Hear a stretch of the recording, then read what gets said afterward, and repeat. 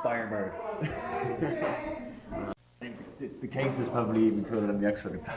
The second one, though. Yeah. Some dude came over and dropped it. How old is it? Yeah. 2012, I think. But he's got it in pretty good shape for 2012. Did you use it? So going to the Chris, you need to have camera close to it. So that you do 40 so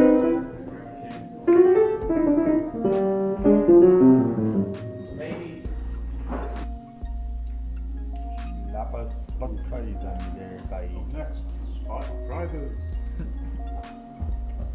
featuring prizes that have been spotted, featuring gifts.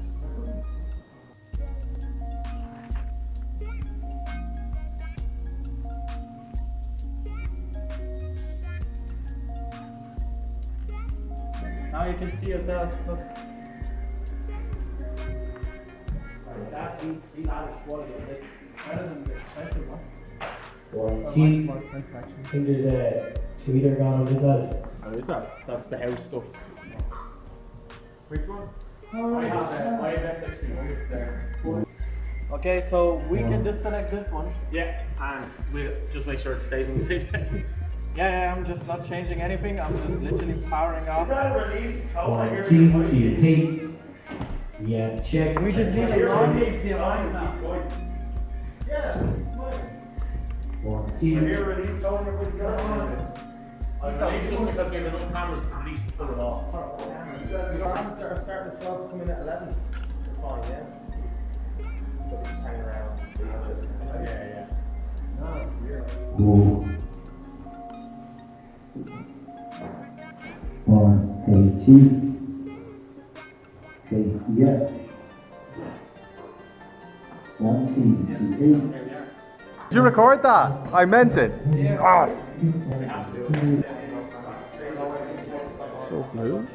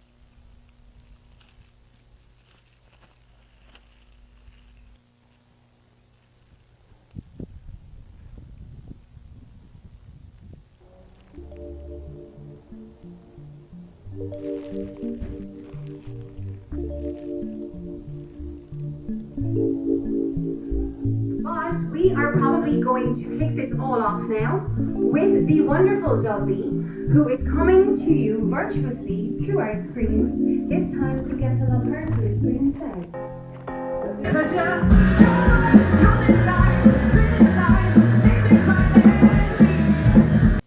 My love it knows, yes it knows, even when it watches from behind. Video. Yeah, Oh, sure. hey, what's up? How's it going? This is my dog. Do you like my dog? It's a good dog. So nice. What do you think? I got a beer instead of a dog. Oh, that's great. Oh, look at Well, I that might be a better trade-off.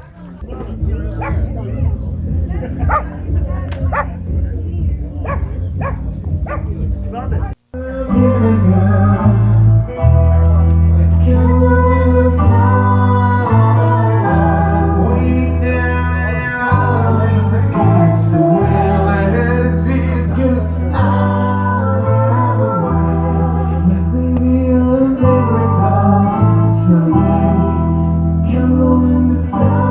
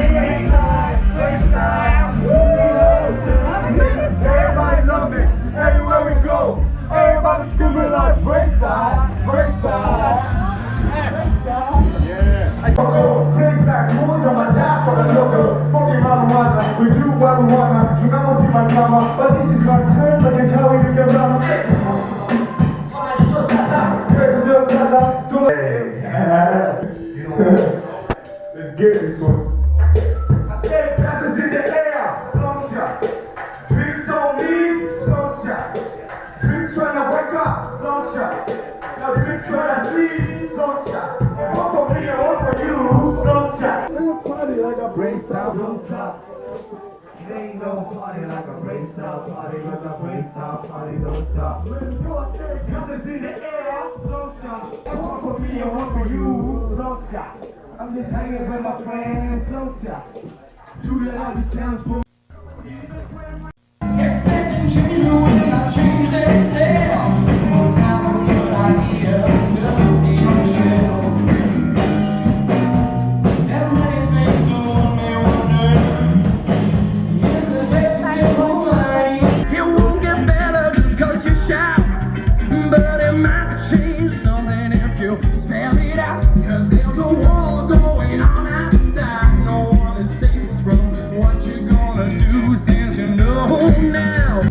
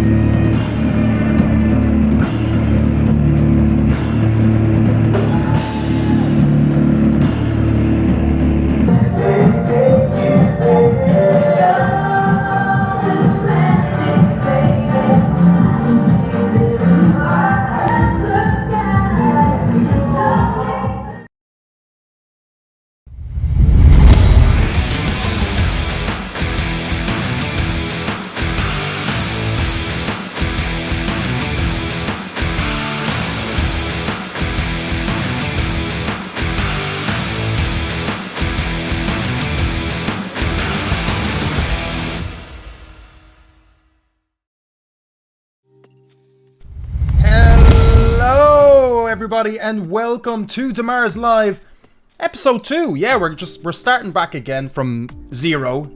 So episode 2 season 3 probably at this stage.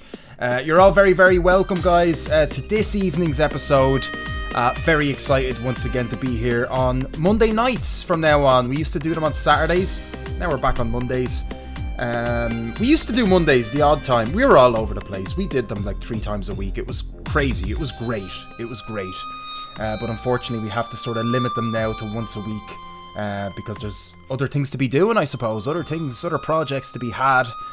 So if you have been staying tuned into deMars news, you'll notice that we have been sort of prodding a little bit at our live events recently. So we've been looking for a lead singer for our Grand Theft Audio project. So of course you can put 2 and 2 together and see that, yeah, we are obviously looking at live events. We don't know if they're going to happen anytime soon, but we are looking at them. I think it's fair to prepare at least, so we're not scrounging around when things open up. That's the main plan, that we have the team all set in play, but who knows? Apparently we're supposed to get a roadmap end of August. Nyler9 wrote a pretty interesting take on it on his website, saying that we need a roadmap now, but we need a fucking roadmap last year, not now, last year. So waiting another extra month, you know, whatever at this stage. But we've been completely neglected for a long time. It's been long overdue, so I'm not surprised at all at the way things are going. But look, either way, as negative as I may sound about it, I am still preparing for the best and also for the worst. So anyway, here we are, Monday nights, deMars Live. That's why we're back, because we're not sure what's going to happen, isn't it? So do pop a hello in the chat. If you did pop in, guys, let us know you're there. Let me know everything sounds okay for you. Do I sound okay? Does the background music sound okay? We've got some great stuff for you today, by the way. We've got the awesome Afterbliss joining us. We got a couple of the guys. I don't know who's actually joining me. I reached out to Ali, their drummer, and he mentioned 1 or 2 other guys will be joining him, so that's great. Hopefully we'll be able to fit them on the couch. We had a bit of a couch issue last week. I need to get a bigger couch. Wasn't preparing for that. But however, we'll get through it. We've also got the awesome Kenan Flannery joining us as well later on. He's going to do a live performance for us exclusively as well. And it's going to be one of his most, his upcoming release, which, can I get it in front of me? Is it here? Manchester Streets, which is due out on the 13th of August. So we're going to get a preview of that today. I think we're going to listen to the studio recording, and we're going to get a live performance from Kenan. So we're getting a double whammy from him. So nice one, man. And we're also going to be listening to Afterbliss Remnants. We're going to watch their music video. Awesome music video that they did. How long ago did they do that? They did that. They only did it on the 30th of June, so it's still fresh. We're going to have a nice chat with the lads as well. What else do we have? We've got some music, as always, guys. I'm not going to leave us hanging without a bit of tunage. We've got WENDY GOFREY, which I'm going to play now in a second for you. We got Robert O'Connor, constantly releasing music. He is. Fair play to him. He's always releasing tunage. So we're going to play a song of his at the middle of the stream, and then towards the end we're going to play Rachel Walsh, Gravity. I think that was already released, was it? Ooh, maybe it wasn't. I should have... No, actually it wasn't. So we're getting a sneak preview of that one as well. Rachel Walsh, shout out to yourself if you're there. So guys, do share the stream around. Help us get out there a little bit more. It always helps. There's only so much sharing I can do, and I just get tired. I'm just like, I can't share anymore. I've been doing enough sharing, to be honest. But anyway, let's... what else have we got? Right, before I forget. Yeah, we're going to do... I think we're going to play Who Wants to Win a Few Bob, our take of Who Wants to Be a Millionaire. Basically, it's the same questions as what Who Wants to Be a Millionaire would do, but it's a couple... Who Wants to Win a Few Bob? We've kind of Irishified a bit, and we also have our own phone a friend. You guys are the audience. Bit of crack. We might do it with one of our guests. We'll see how it goes anyway. So, I think that's pretty much the show in a nutshell. We start every Monday at 6:30.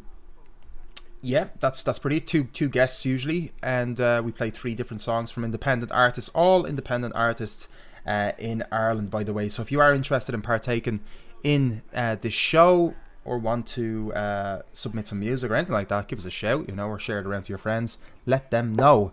Because we're going to keep going through the winter. Please God, we have a decent winter, guys. And please God, we actually start to open up a little bit.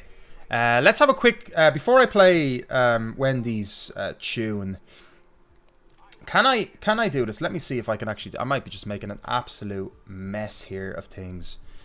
Which wouldn't be the first time I make a mess of things. I just want to see Nyler's interesting article here. The Irish live event needs a roadmap now, not at the end of August, July 30th. So he's released this, 3 days ago. I think Nyler is a great support for independent artists. So I do like it when he comes out with a bit of... well, it comes out with something that's supportive, obviously, of the industry. Interesting, though, to make me look through this, because originally I was thinking, anybody can just write and then complain and say, oh, we need a roadmap now at this stage, because now it's kind of almost feels like it's a safe time to complain. It's like, because before everyone was like, no, we need to be... we need to be locked up in our gaffs and all this kind of stuff. But now, obviously, people are a little bit sick of it now at this stage, right? And with all the other stuff that's happening. But interesting point, 500 days of closure. That kind of hit me hard. 500 days we've been closed, guys. Which is absolutely insane. So I understand the frustration. Obviously, there was frustration from the get-go anyway, because musicians and artists were obviously, and people in the event industry were absolutely just left to hang, like left dry hanging, whatever the phrase is. Anyway, but I get it. Now we need a roadmap. It's honestly, I don't even think we're going to get one in a month. You know what I mean? Live music and dancing banned indoors this week because of how archaic laws bind licensed premises to music. I love it. A statutory instrument introduced for the indoor dining bill has actually made the performance of live music indoors a criminal offence. What? Jesus. That's insane. I didn't see that now, because I saw this. I looked at this page. I think it's the same one, is it? Let me see. Oh, it's just gone. It doesn't do anything when you click on that, does it? No. Okay, you gotta sort that out, Nyler. Unless that's just my browser. But okay, now the whole article's gone. Anyway, whatever. It's fine. What can we do? Jesus, we're at this stage already. We're like a year, 500 days, as Nyler said. You know, you can see how it was all done. Do you really expect like a roadmap to be like supportive for musicians at this stage? I'm sorry, I just don't see it. I'm open to be surprised, but I just think that it's just the damage has been really done, to be honest. The damage has been pretty done. Let us know in the comments what you think about this, guys. Look, I don't know anything, to be honest, other than what I'm bleeding seeing around me. Just like yourselves, maybe some of you are more invested time-wise into reading in and researching this stuff. I did check out the legislation. A friend did contact me about DJing. You're allowed to DJ technically. There's a lot of these loopholes, but you can't dance. Right? The DJ can probably dance, but people can't dance. There's these kind of things, you know. But then you see some musicians going out and playing weddings. It's just hard to know. So is there a law? I didn't see one. So anyway, let us know in the comments if this interests you. We can have another chat about it towards the end of the show as well. But of course, we're all invested in the music industry here, so I thought it'd be an interesting thing to just bring up and spark a little bit of interest to open up the show. Anyway, maybe we can chat about it with some of our guests. All right, so yeah, listen, before this gets too political, and I don't mind it for it to get political. I'm a little bit fired up this evening. But let's play a bit of music anyway. Let's get cracking. So we're going to be joined by Afterbliss now. After this, see what I did there? We've got Wendy. God, I won't do that again, guys. Don't worry. I'm done with that. Right, Wendy Godfrey, let's do this. Venus, her latest track. She is a young recording artist, singer, songwriter, and performer, born and bred from the beautiful town of Drogheda. I didn't write this. I'm reading it verbatim. All right, sorry, Drogheda. No, you're probably a lovely town. Oh God, Drogheda. Sorry. The beautiful town of Drogheda. I never heard anybody say that. Okay, the R&B Afro swing artist launched into pop scene in July 2020, so very recently, during the lockdown, with the release of her debut single, How Far. She later released follow-up Afro swing track, Bad Guy, taking a big step towards global pop stardom in 2020 with the release of her debut EP, Purple Emotions. She's actually deadly, I have to say. She's absolutely awesome. Wendy Godfrey, I can't remember who sent that in for me. I think it might have been Fluttertone, but they always bring in some great tracks, I have to say. So check out Colin Slattery's Fluttertone. If you don't know, obviously then by now. So let's listen to Venus by Wendy Godfrey from the beautiful town of Drogheda.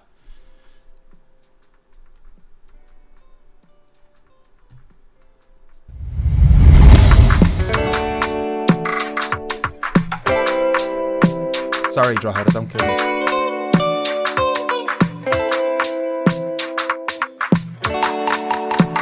Take me back to the nights where we count the stars in the sky.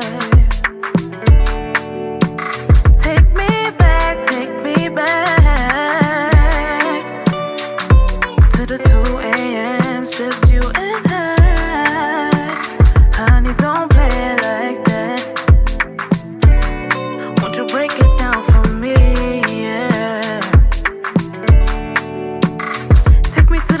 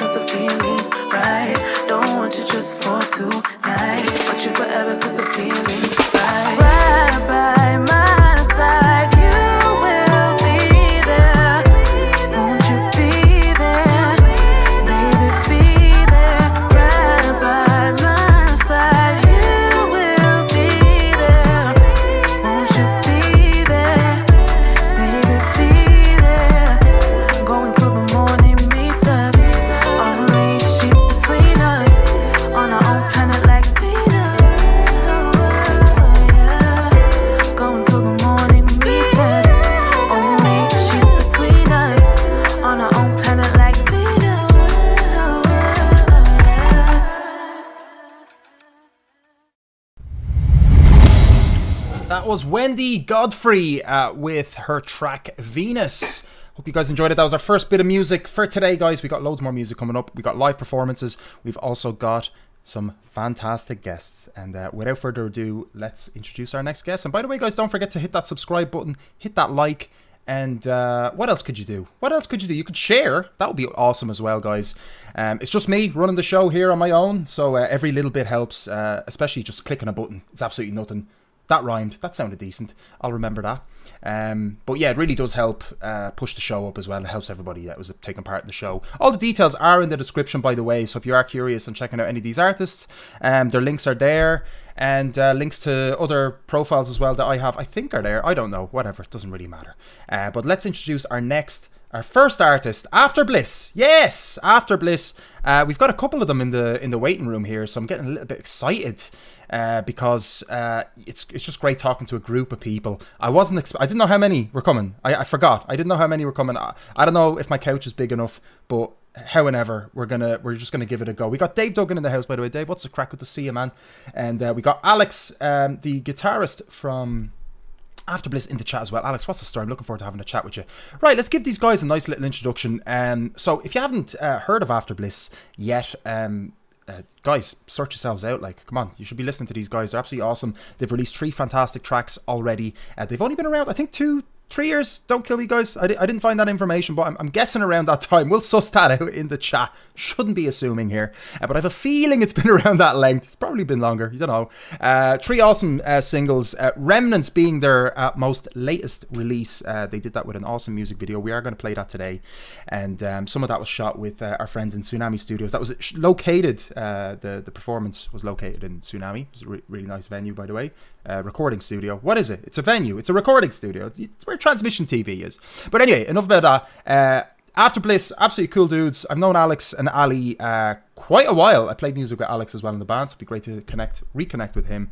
And Ali, obviously, as well. We've known each other for quite a while in the music industry, so it's great to connect with guys again. I don't think I've chatted to the guys in a while, actually. And I don't think we've done deMars live together, have we, guys? I don't know. Why am I talking to nobody here? I should just invite you onto the show. That makes more sense, doesn't it? So let's get them on. Let's see what happens.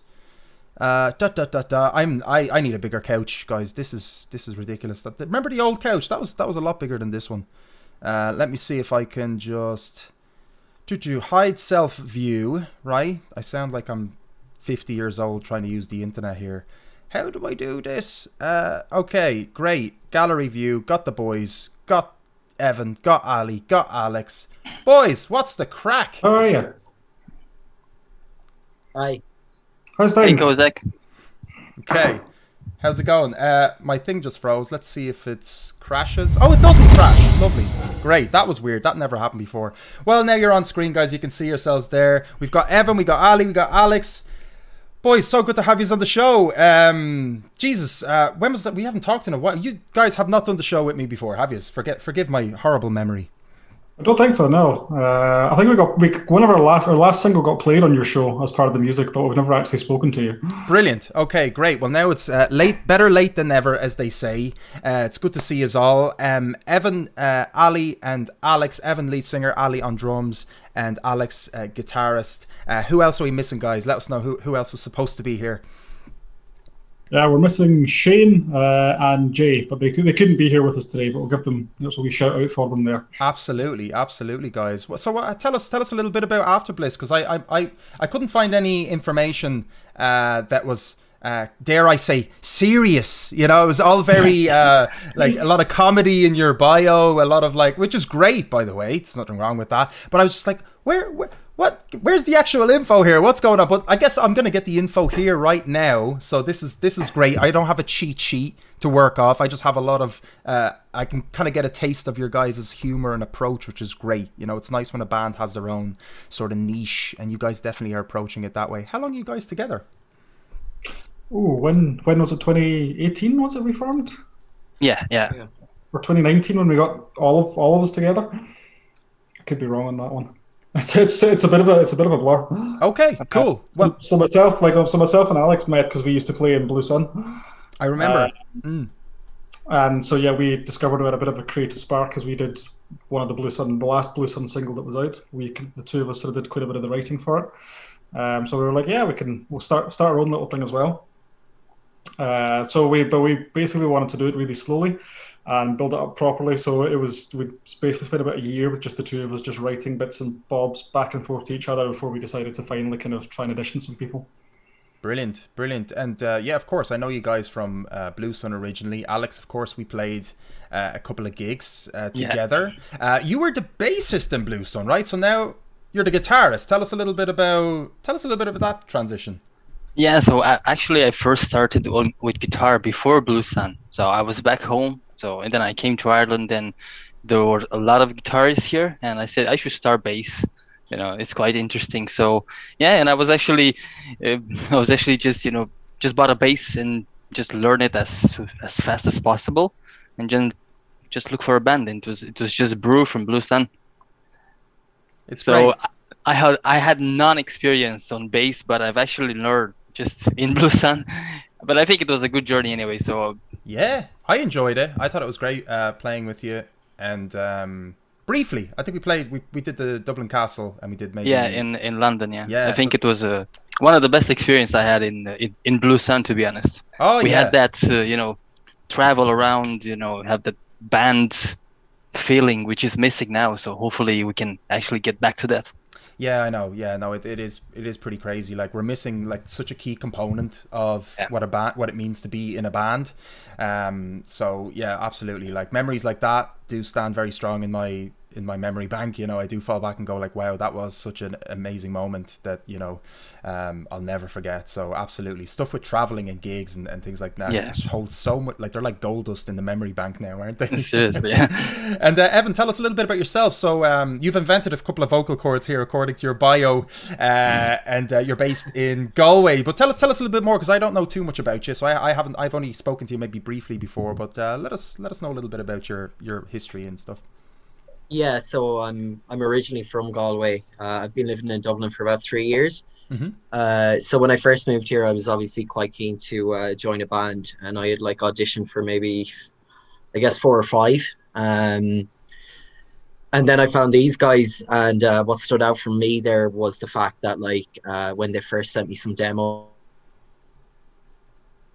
and stuff, they didn't send me any lyrics, and I think that was really, I think you'd say on purpose, Ali.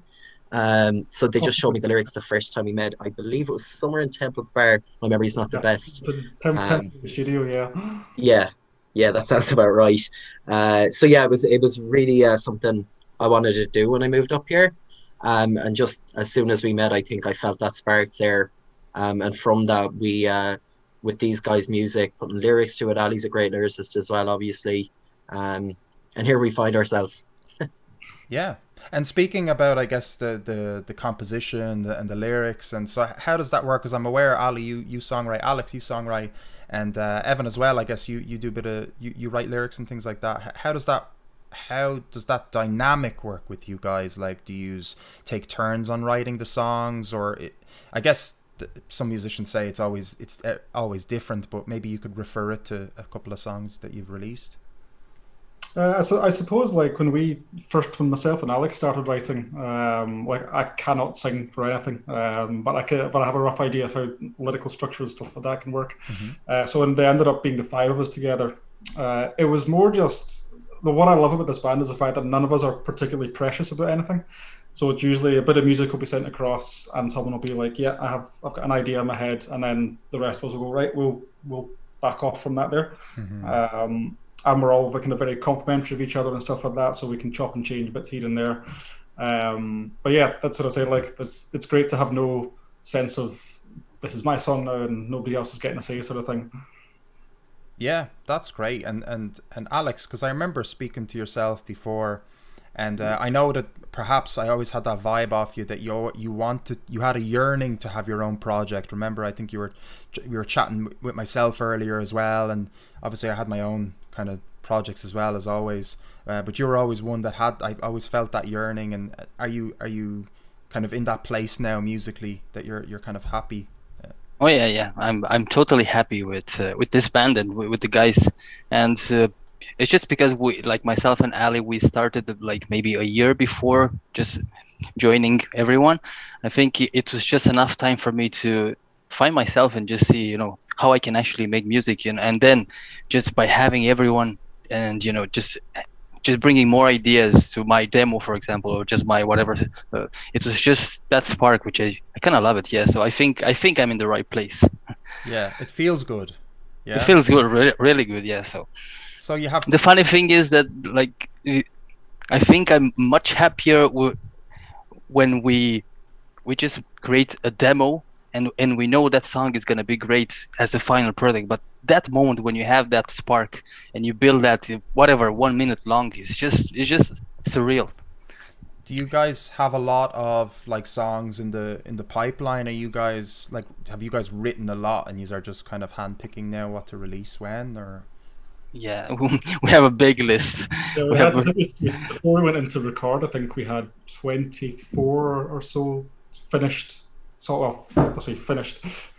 demos. Yeah. And we had to whittle it down to, I think we're doing 13 by the time the album comes out. But we're going to do a little EP kind of before that as well. And that's was it in Windmill Studios? Am I mistaken? That's correct. Yeah. And you've recorded already 13, or there's 13? You still have to go back and record more? Well, there's bits and bobs of a lot of them done. I think we still got a few little bits to do. You know what the recording process is like, I'm sure. Absolutely, yeah. How has it been during COVID, like recording and stuff like?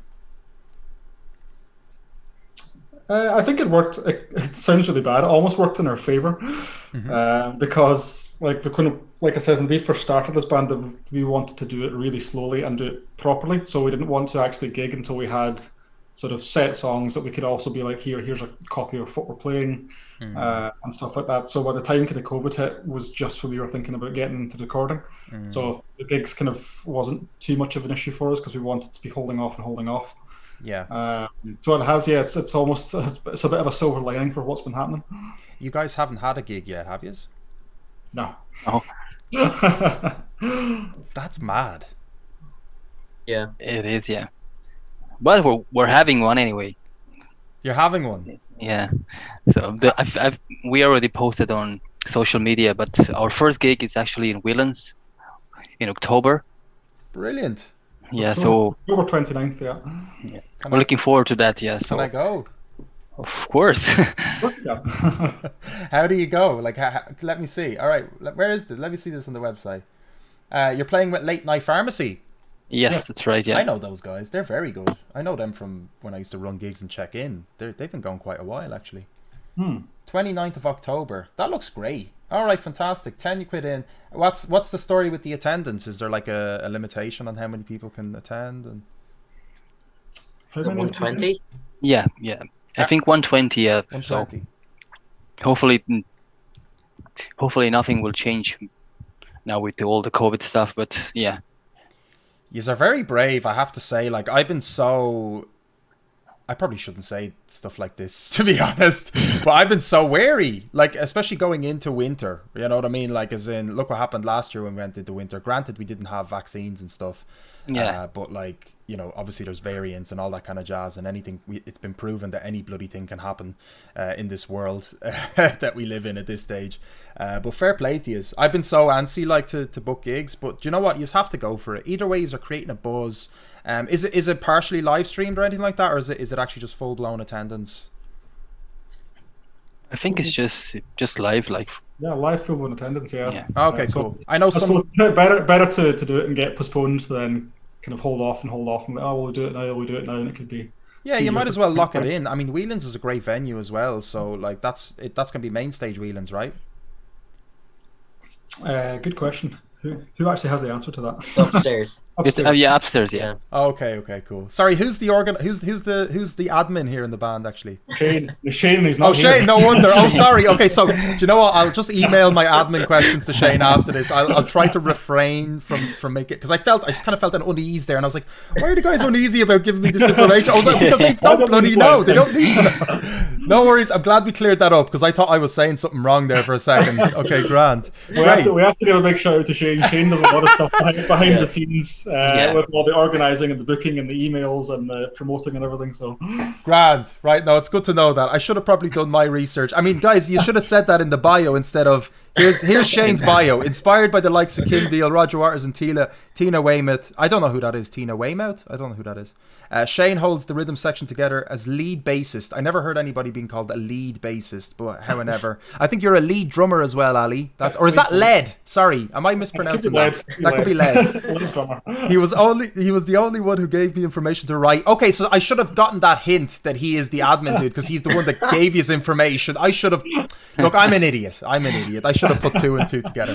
But no, I'm only having a laugh, lads. No, that's really good. I mean, it's great the way you know what I love about bands is the fact that. And I haven't had this feeling before, in a while, because generally, as maybe you know, maybe not, I generally do take the post of, you know, the manager, the project manager now, and I'm doing covers, you know, generally now. So I don't have that where you kind of spread this sort of, actually we do kind of with the Bowie, but generally I would do a lot of the admin stuff anyway, but, you know, obviously everybody has their own role. Yeah. With the original project, it's great. You guys seem to have fallen into roles. Do you feel that way? Do you feel like you're all kind of I think we're all having our own like inputs, and everyone is actually adding something different.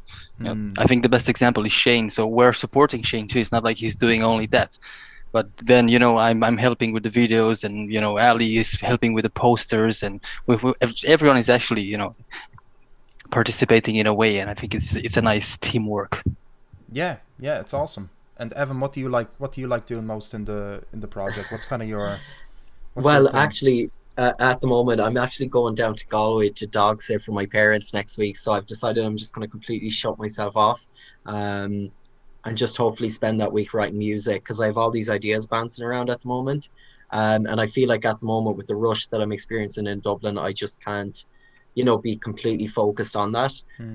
So yeah, turning off the phone the whole lot next week. That's great. No, that's great. Yeah. It's definitely needed to be done from time to time, and I totally get that. You know, there's just sometimes there's too much going on and too many distractions, so it's great to just kind of, as you say, unplug, just turn everything off, and sometimes like just the ideas just flow once you're sort of disconnected from just all that stuff. So that's awesome. Best of luck on that that disconnection for you there. And I mean, speaking of like roles and sort of bringing a project together through multiple sort of skill sets. I mean, Remnant. Let's talk a little bit about your Remnants, your most recent release, which was accompanying with a music video. Obviously, a lot of hard work put into that. Tell us a little bit about, I guess, the story behind the song, because it's a pretty powerful message you got going on in the music video. If I'm not mistaken, I think this was the first one Evan brought to the band. Is that right? Yeah, I think so. Right. You know, because I remember the first day we heard it, we were just, all of us were complete awe. Just the pacing and the lyrics and just the flow of everything is just amazing. And just to tie in what Ali just said, I think probably to this day that was probably one of the highlights of my whole time with Afterbliss. Up until that point, I think we had focused on 4 songs, and then I brought this to the guys. Obviously, Alex had produced the music, but yeah. Got chills that day. We played it. I don't know if you guys remember it. Oh yeah. Of course. So I mean, 2 years later to see it as a full-blown song and with a video, it's sometimes you have to pinch yourself, you know. Yeah. Yeah, it's awesome. It didn't change too much by the time from sort of lyrical perspective. It's pretty much the same, isn't it, from what it was done. Which probably makes it unique amongst our songs, to be fair. Oh, why have your songs had a habit of changing a lot? Changing keys, yeah. Yeah. Oh, really? Okay. Why do you change? Which is a thing that we had to discover ourselves as well. Why do you change? Why did you feel you need to change keys, and what kind of drives you to do that? I would say with that we've been working with Alan Kelly in Windmilling, and honestly, I feel like personally I've never sang as well as I ever had since we met him. He's brought me to keys I didn't know I could sing in. So I suppose just his genius and hearing that has brought pretty much, I think, all of our songs up at least 2 keys. Wow. Yeah. Wow, that's fantastic. It's great to it's work with someone that's obviously been in the industry for so long, right? So Exactly. they can pass some of that wealth of knowledge to you guys. Is there any other kind of tips you might have gotten from him, or any sort of realizations? I think, yeah, like even structure. So we haven't changed much, but we like small changes that actually had a huge impact in the whole song. So paying attention to that, either just a half chorus, whatever, then you have verse to, and so on. So yeah, those bits are really important when it comes to the full song. Then you have the radio dates, and you just have to think about like, what's the audience for this song? Yeah. Is it a radio thing, or you just want to have a long intro, just because you want that and all that stuff? What do you guys feel about that? How do you guys feel about that with regard to like radio edits of songs? I mean, because I know, Alex, from yourself, I know you do like, when I've known you, you like sort of intricate sort of riffs as well and things like that in the past.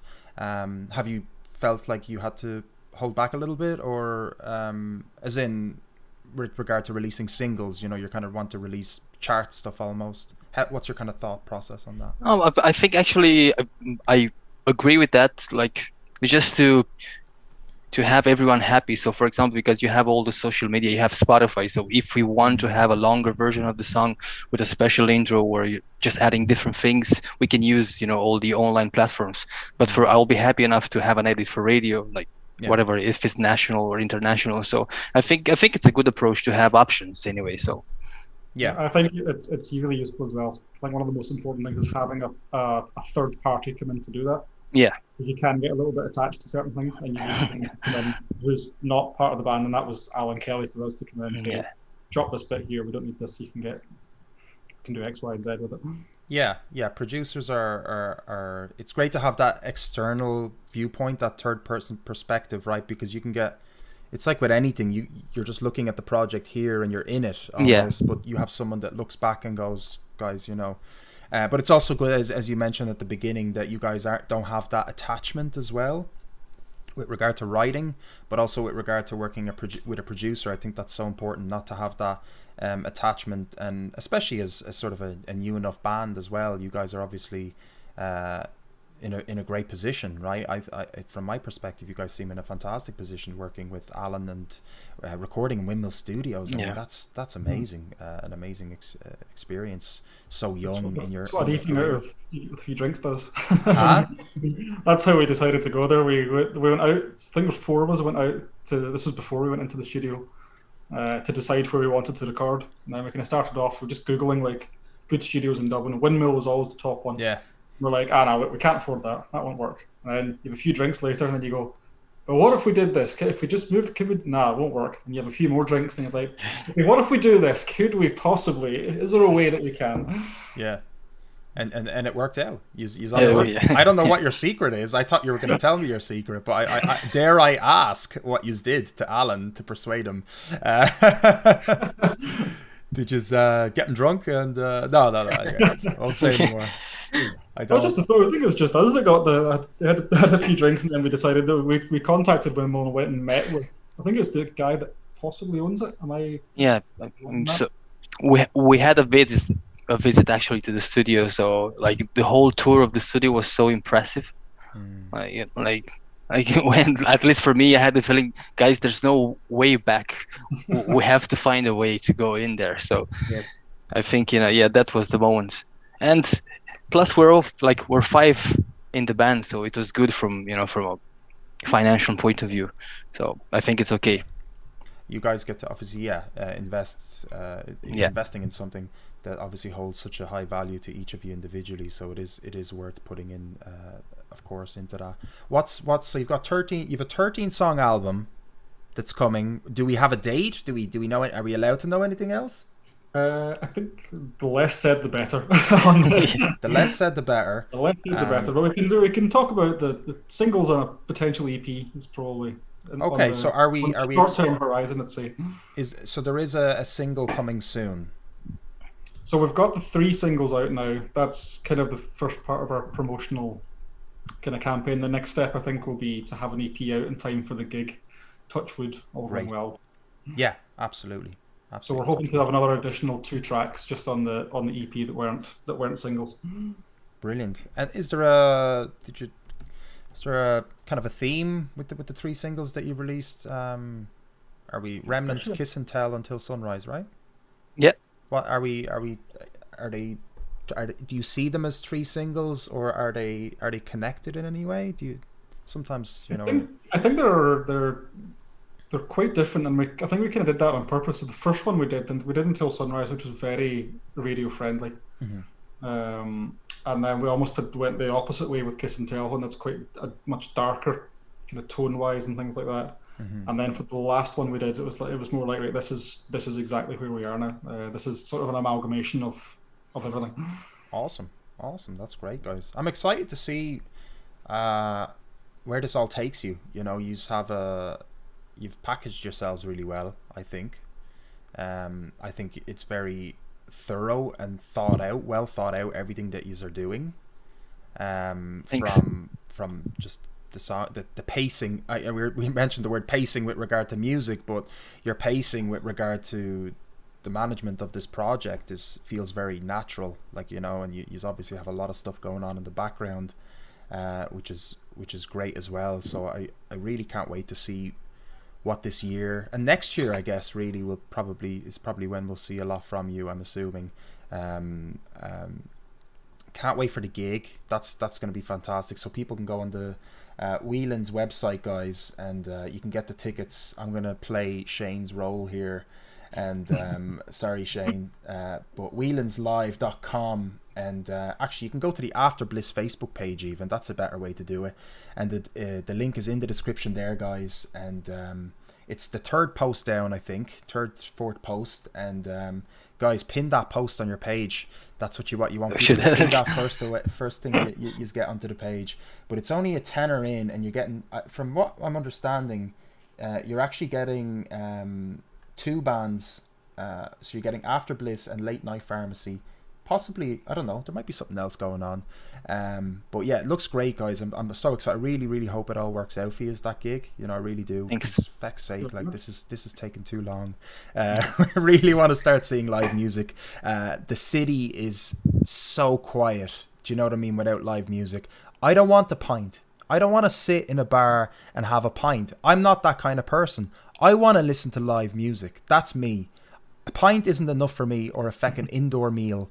That doesn't cut it. I'm sorry. Anybody that sticks, yay, indoor meal. No, fuck the meal. Fuck the food. I'll cook at home. I can't listen to a drum kit at home because my neighbours give out shit. I want to listen to a drum kit in the studio, right? I'm sorry. I don't mean to be going on this, but I really, speaking of gigs, I want this shit to happen. So listen, guys, it's been a pleasure to have you. I'm going to play the music video for Remnants, right? Absolutely deadly music video. Fair play to you on that once again. Is there anything you want to close off with before I let you go? Up to you guys, go for it.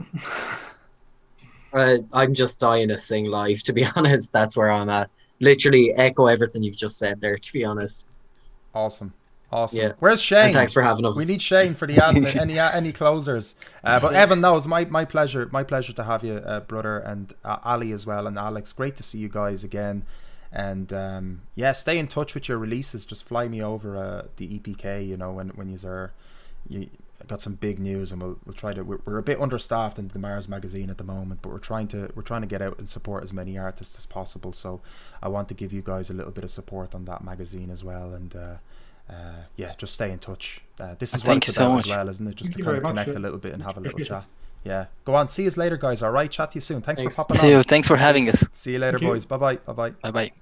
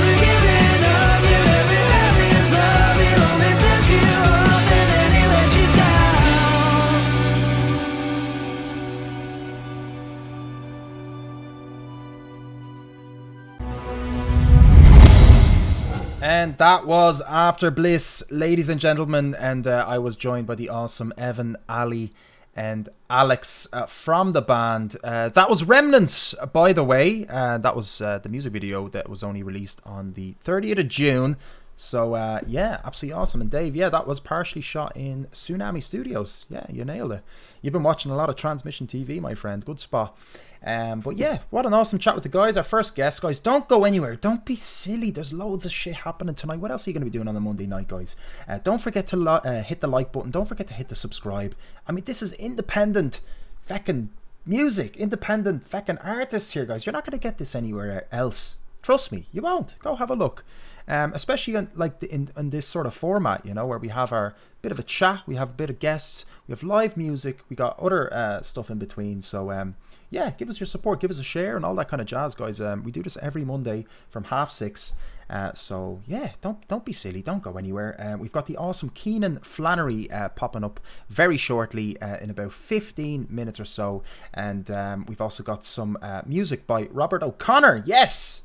Our favourite guy keeps releasing music. It's insane. He just won't stop releasing music, which is great. We don't want them to. And he's been working with Skynum GT once again. So we're going to play his track now, and then we're going to, straight afterwards, we're going to be joined by the awesome, the wonderful, the energetically tantalising Maximillion Foy. And he's actually in Galway at the moment. So he did a Galway special for Max Factor, which I had a bit of a peek. It's actually pretty fun. Chill out for that, guys. I'm going to put this on literally right now. I'm just going to give Robert O'Connor a nice introduction. I was torn. I didn't know which version. He always has the radio edit, and then he's got the Skynum GT version. So I'm always torn which version to play. Robert, I don't know which one to play. I don't know. Did we discuss which one I was going to play? I can't remember. So I'm just going to go for the radio edit, right? I'm just going to go for the radio edit. And it's a song called Save You. Okay. Now, I don't know. Maybe I'll go for the Skynum GT, guys. What do you think? Which one should I go for? Dave, maybe you might be able to let me know. So the single itself, it received its fair share of praise from music critics, with Culture Fix saying, Save You is a pulse-pounding club gem that feels plucked straight from the late 90s in the best possible way. Love that. What a fucking statement. While cult pop blog Retropop compared the track with early 90s Pet Shop Boys. Deadly. Yeah, fair play to you, Robert. Since 2018, Robert's been releasing... he's released 9 singles. It's pretty amazing. And he's been strengthening his relationship with video bloggers, music bloggers over the time since he since his break. He took a little bit of I think it was a 5-year break. But anyway, he's back releasing loads of back catalogue stuff as well. And yeah, releasing some great tracks. So let's have a listen to what do we have? We've got Save You. We're going to do the radio edit, right? We're going to do the radio edit. And let me see if I can pop this up here nicely. It's going to take me 2 seconds to do that. And then we're going to be joined by Max Factor, guys. So don't go anywhere. It's going to be the awesome special Galway edition. And then Kenan Flannery is going to join us, and we're going to get some live music off him as well. Yeah! Don't need the venues. You get the live music straight to your gaff. Yes! Great stuff. Kim, good to see you in the chat as well. Hope you're keeping well, man. Great stuff. And Kim actually did the cinematography for that Remnants video, by the way, guys. Yes, I do read the credits. I always read the credits of the videos. I like to see who's involved. So Kim was the DP, the director of photography, which I believe they're also known as cinematographers. Isn't that the same? Can I say that? Is that the same role? Maybe not. Listen, I better stop talking. Anyway, let's get Robert O'Connor in here. That was me stalling, by the way, guys.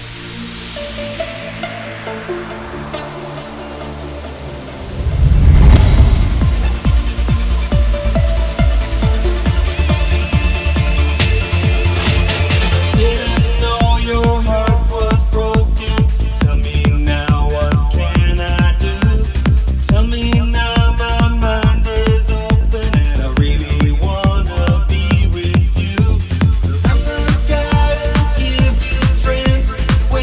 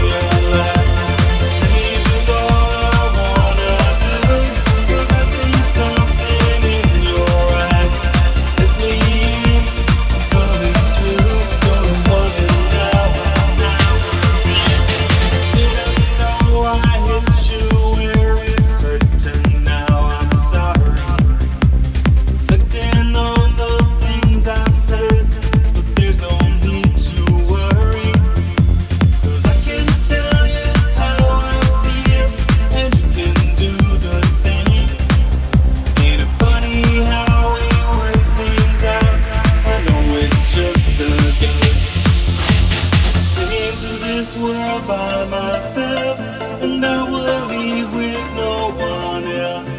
While I'm here, want you to know I'm here for you, and I won't let you go.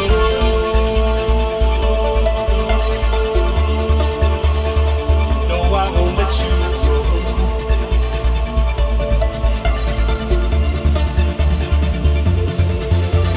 Save is all I wanna do, 'cause I see something in your eyes. Let me in, I'm coming through. You're the one, and now I realize. Save is all I wanna do, 'cause I see something in your eyes. Let me in, I'm coming through. You're the one, and now I realize. Save is all I wanna do, 'cause I see something in your eyes. Let me in, I'm coming through. You're the one, and now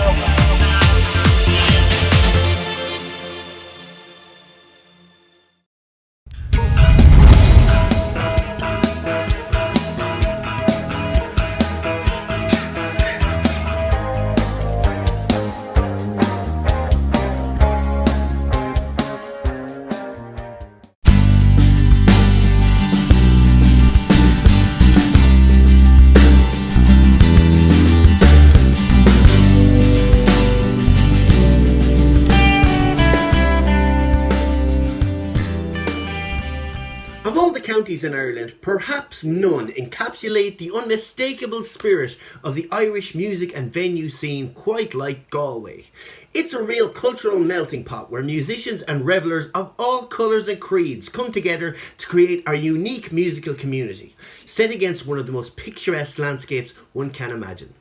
I spent a week exploring Galway, and although COVID naturally diluted the experience a bit, I still came away with a great sense of what that scene is all about. So with that in mind, today on the Max Factor, I'm going to plan out your post-pandemic night in Galway. First off, you're going to need an awesome place to stay. Now, you'll be spoiled for choice in Galway given the unbelievable amount of hotels and B&Bs literally on every corner. But I reckon our viewers will be looking for something with a little bit more character. So with that in mind, the Nest Boutique Hostel is an alternative accommodation concept which blurs the lines between a hotel, a guest house and a hostel by offering quality accommodation with unique social spaces, attention to detail, an individual touch and a strong emphasis on the local community. Now, they try their best to be as eco-friendly as possible, and they're always searching for new ways to lessen our impact on the environment, which is so important.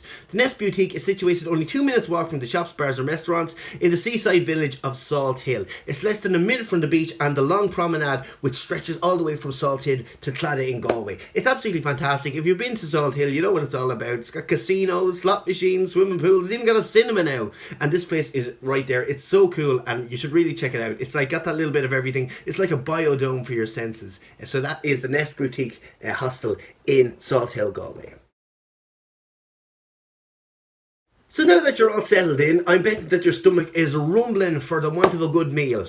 Of course, you're in luck in Galway because it's chock full of stunning restaurants and cafes that are sure to leave you loosening your belts afterwards.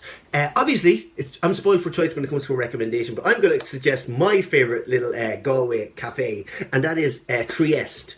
It's a cosy cafe and wine bar decorated in rustic Italian style, and it only uses the finest ingredients to bring you a hint of the Adriatic in the middle of Galway city.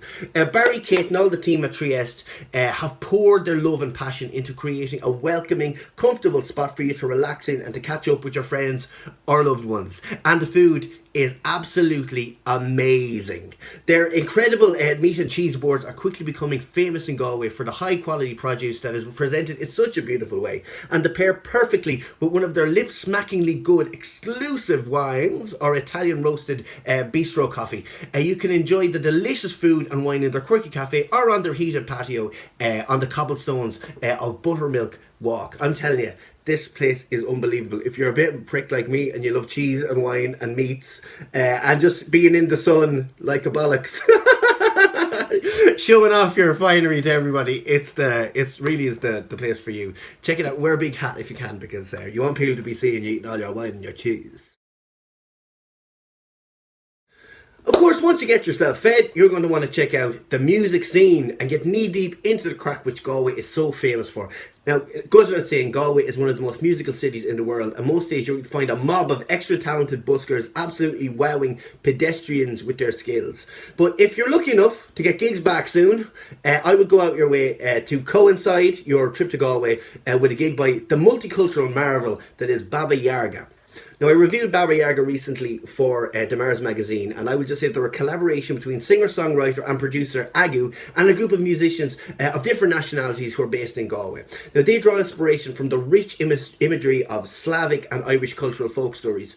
Baba Yaga takes the sound of traditional Irish music and music from around the world and infuses it together with a myriad of external influences like jazz, pop, electronica. They're all front and centre, and the unit's brilliant musical chemistry adds cohesion to their expressive folk identity. Their songs are creative, unique, challenging, compelling, establishing Baba Yaga as a group that excels in pushing musical boundaries to their limits. The results can be heard on their two amazing singles, Zurushka, I think I pronounced that right, and Versh, which are absolutely incredible, cinematic explorations of just beautiful sound and folklore. Really check them out. They're absolutely fantastic. Like, they blew my mind when I heard them, so check them out. Baba Yaga.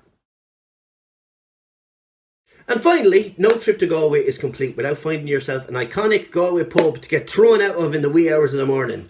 None fits the bill more than Galway's home of rock and metal, the unmistakable Sally Long's. Essentially the fibbers of the West, Sally's has been bringing metal to the Galway pub scene since 1988. The exterior is embellished with a life-size mural of past and present guitar idols, which is going to be a local landmark. The interiors are in keeping with the bar's hard rock inspired ethos, and a pool table and jukebox are there to keep things lively. If live rock gigs are your thing, then this is the place to be at the weekend, with various local bands playing to a full house. The crack is unmistakable. It's got that unprecedented Galway vibe. It's just electric, and when things are opening up now, you want to make sure you get in there, because I'm sure after being starved of rock and metal music in Galway, Sally's will be feckin' hopping once the pubs get open again. There's no mistake in saying that Sally's is like a rite of passage for Irish rockers, and I recommend it wholeheartedly for anyone who just wants to get smashed and rock out. So that's just a few suggestions that should altogether give you a blueprint for a pretty sweet night out in Galway. So if you think I've missed anything, please sound off in the comments. If we've got anyone from Galway in the comments that knows a few little sweet secrets or tasty little morsels that you can fill us all in on, let us know, and we all go down and have a big whopper sesh in the West. That's basically it, guys. Thanks for tuning in as usual. I've been Maximillion Foy, and you can follow me on Instagram at Maximillion_Foy. Check out all my stuff if you have the time. You know, Cell Games, Murder Most Irish, Friends of Dorothy, and I'll be back next week with another Max Factor. Until then, back to that Mr. Kozak man.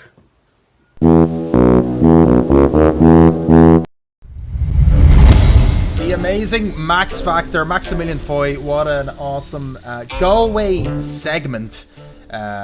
Really fantastic delivery as always. Max really does bring really knows how to give information. Do you know that? He's just fantastic. So fair play to you, Maximillion Foy. His details are in the description, by the way. He gave himself a plug there, guys, but I have to give him a plug as well. The fantastic project he's in, Cell Games. Recommend you check that out. He is going to be releasing a single with them very shortly. I believe it's going to be the 20th of August, so in over 2 weeks. You are going to check out some new music from Maximillion Foy. I really recommend you check him out. And of course the deMars magazine as well, which he has been writing so fantastically for as well, for pretty much a year now. He has committed himself to the magazine, not to anything, not committed himself as in the other way. Although working with me, I wouldn't blame somebody. But however, let's move on swiftly towards Kenan Flannery, the absolutely amazing singer-songwriter, an award-winning folk singer-songwriter from Dublin, guys. So I met Kenan we met at Crystal Skull Sessions, I believe, a couple of years ago, and we've been running into each other here and there in some of the most notable open mic nights and festivals. So it's always a pleasure chatting with Kenan. He's an absolutely fantastic musician. He has been releasing some fantastic singles over the past couple of years, and has quite a unique sound in my opinion. And yeah, I'm just really looking forward to having a chat with him. He's a well-travelled musician, and yeah, it's just really exciting having him on the show. So please welcome Kenan Flannery to the show, guys. Yeah, here we go. Let's see if we can get us up in the studio here. You know, I miss having a producer. You know, it's always, with the transmission TV, it's always nice. I don't have to worry about that What's stuff. the story? Ah, there he is. Ah, what's the crack? How are you keeping? I'm loving the energy. Oh, amazing. I had to run. I ran like 20 minutes. You're joking me. And I am exhausted. I had a bit of Lucozade, and now I'm wired off my tits. Oh, I'm jealous, doing man. great. I would love a Lucozade right now, man. Fair play to you for running over. I know you had some engagement on earlier on, so I appreciate you making the effort. How did things go for you today? Good, yeah. It was just it's nothing really hidden. I was working on a short film. I was helping out a friend doing sound, but I'm doing a job tomorrow, and I had to go to Malahide to do, like, you know, some things you need COVID tests to do on film sets. So I was like running late there, and then they were running late, and I was like, I have to go at 6:30, and then the Lewises weren't running. It just wasn't a wonderful day, but I'm here and I'm happy. But that's good. That's most important. I was gonna say, like, it's always one thing after. It always comes in blocks, doesn't it? Like, the sort of, you could see it as bad luck, and some people can really get affected by it. But it's great that you don't get affected by it. You know, stuff happens on a daily basis, especially when you kind of put yourself out there, and you're one of those people that I find very interesting, because you do put yourself out there genuinely, and you seem very well traveled, like, with your music, which is always wonderful to meet people like that, because I get this kind of, like, there's no boundaries or barriers around people like that. Do you feel, does that make sense what I'm saying? Do you feel like that? Yeah, no, I do. Like, I kind of a lot of my friends used to say I was quite an old soul. That was something that kind of carried around 2 years of growing up, even before I did music. I was always kind of thinking like poetically, and I love reading, and I wouldn't say I lied to you. I love stories. That was the main thing I love. I love hearing stories. I love talking to old people and hearing their stories. That was something that was really fascinating. And throughout, as I go along, I kind of, my approach, and I wouldn't, it's an okay approach, but I like making memories. That's my big thing. So it's kind of just make as many memories as you can with as many people as you can. And the hope is that whatever happens, you make fond bonding memories with people, and that's how you, like, there's lots of different ways you can look at travel, you know, but to me that's a really healthy way to do it, you know, because some people, you know, when you think of someone has traveled and someone is quite aged in terms of their art, like, sometimes it can be kind of negative, kind of exhausted, or that kind of thing. But I think making connections with people will always benefit you creatively, you know. Absolutely, yeah, and to emphasize that part that you say, it's the quality, you're creating quality time and quality connections. So tell us a little bit about some of these travels. I was reading your probably modest bio, I'd say. So you only mentioned 2 countries, I think, that you've traveled to. It was, sorry, I don't think I even have it in front of me anymore. Was it what do you know it? Thinking of so what did you say there? America. Was that America? Okay. Yeah. America was so I'm heavily inspired by, like, Irish ballads, Americana, folk music, and I like to, like, my music isn't really country, but I do love country music, and I think sometimes, like, certain topics, you know, it's almost like I sprinkle in a bit of that country twang into it.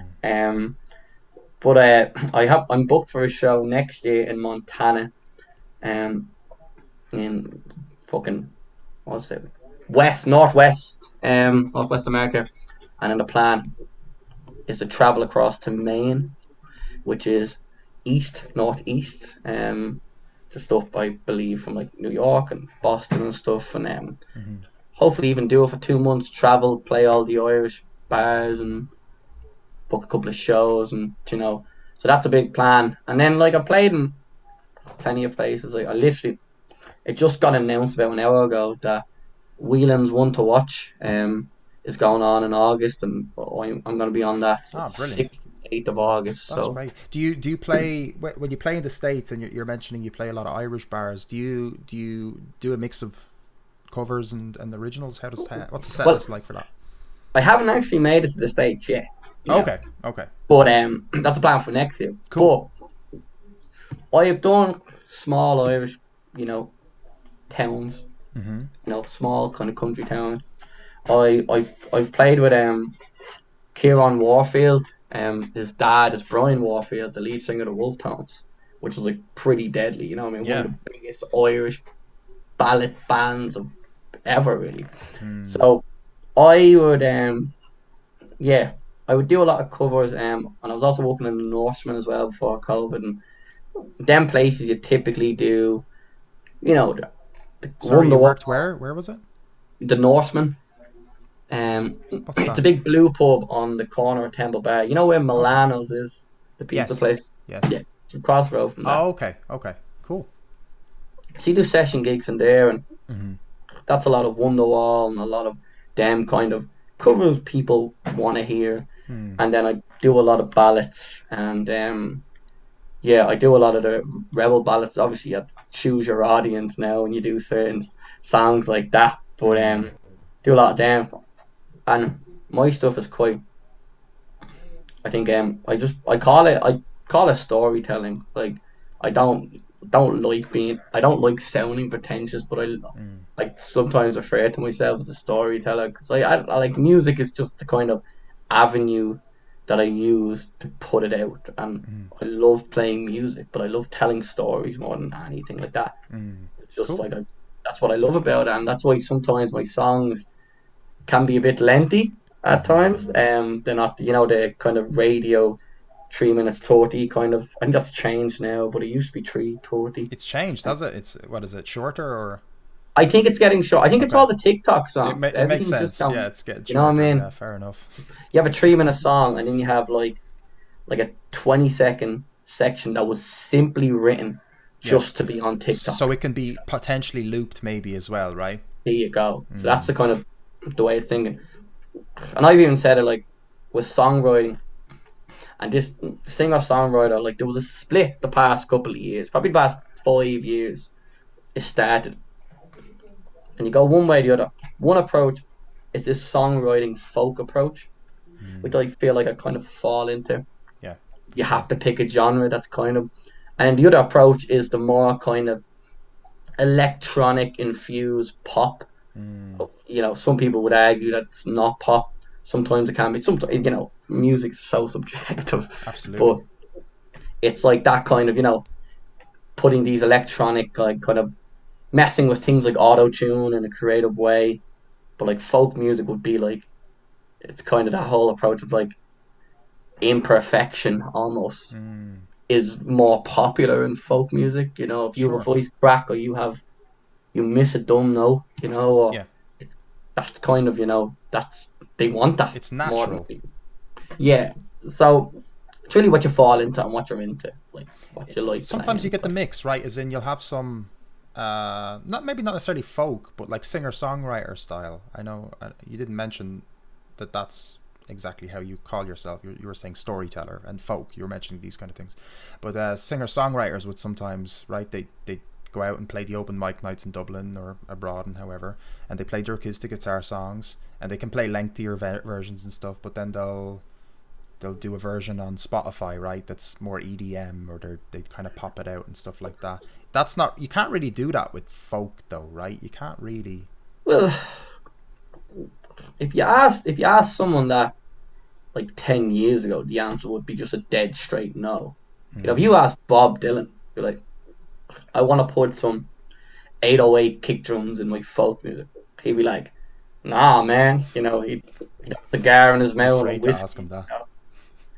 But the thing is, like, it's music is so you couldn't be a musician back in the day unless you had a record deal. Yeah. That was it. If you didn't have a record deal, no one really knew you. But nowadays, you can make music. We both make music and we put it up super independently. We pay for the distribution, we put it up, we promote, we get our gig, we do all this stuff. So there's so much more music out there, which means obviously there's so much more competition. Yeah. If you look at it like that. But people are kind of going, well, genres don't really matter anymore. It's like the only reason genres matter is if someone's like, what do you play? You have that question, what do you play? And you're like, I don't really know. Like, but you kind of just insert a couple of well-known phrases. This is me. Yeah. But like in reality, like I can throw on a load of like.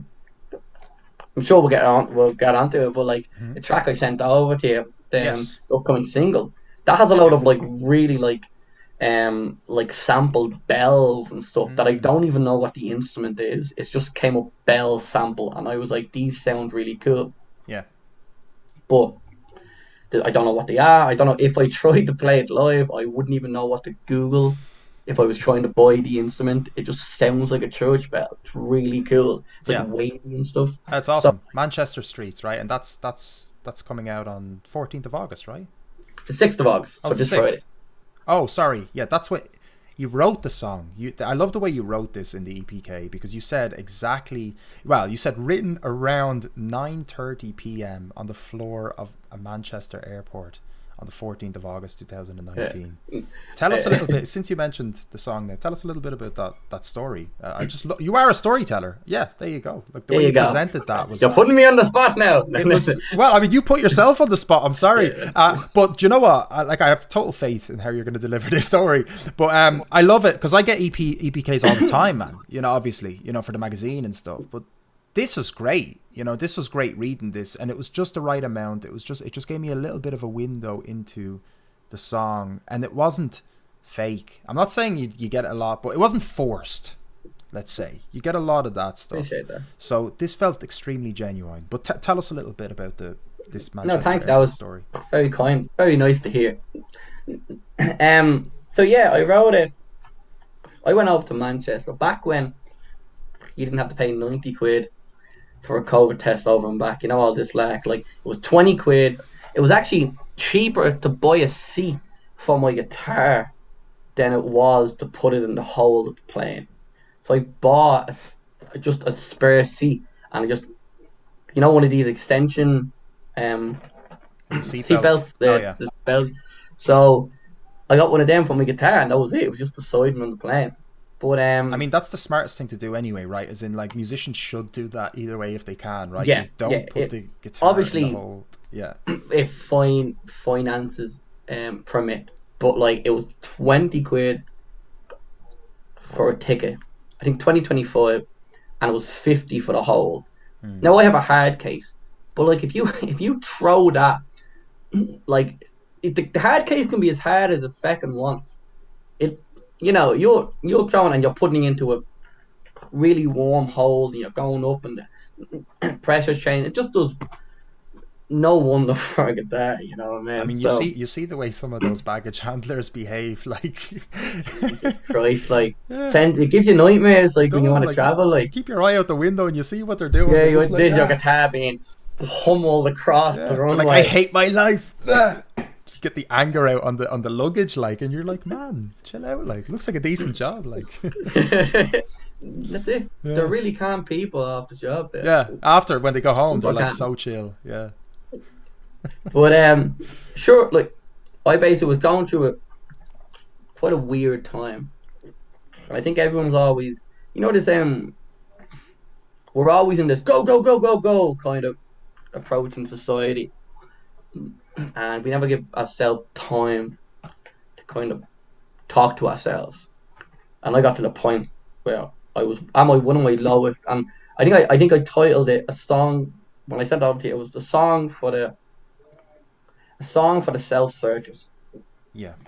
And in a weird way, that's why I kind of wrote it for myself.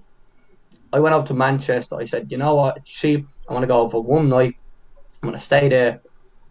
I'm going to, I'm going to play a gig. I'm going to discover myself. I'm going to, come back a changed person. I'm going to be like all hippie and one love and all this shit. So I went over and no, fucking, I came back more mentally messed up than I did leave. I had more questions. I seen how other people were. I seen how different. I know obviously it's not a different culture because they're so close and we're so similar, but it's just a different way. Seeing these streets, but seeing people act the same, kind of made me go like, oh, that was pointless. But why Manchester though? Like, as in, like, if you're going for what sounded like a soul searching to an extent, what made you choose Manchester over, let's say, Barcelona maybe, or something that maybe feels a little bit more spiritual? I mean, I don't know, maybe it isn't. You know what I mean?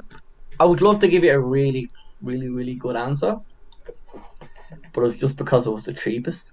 Okay. That was it. It was like, that was no. Now, I just thought, anytime I tell the story or play the song live, I always say, I went from one smelly city to the other.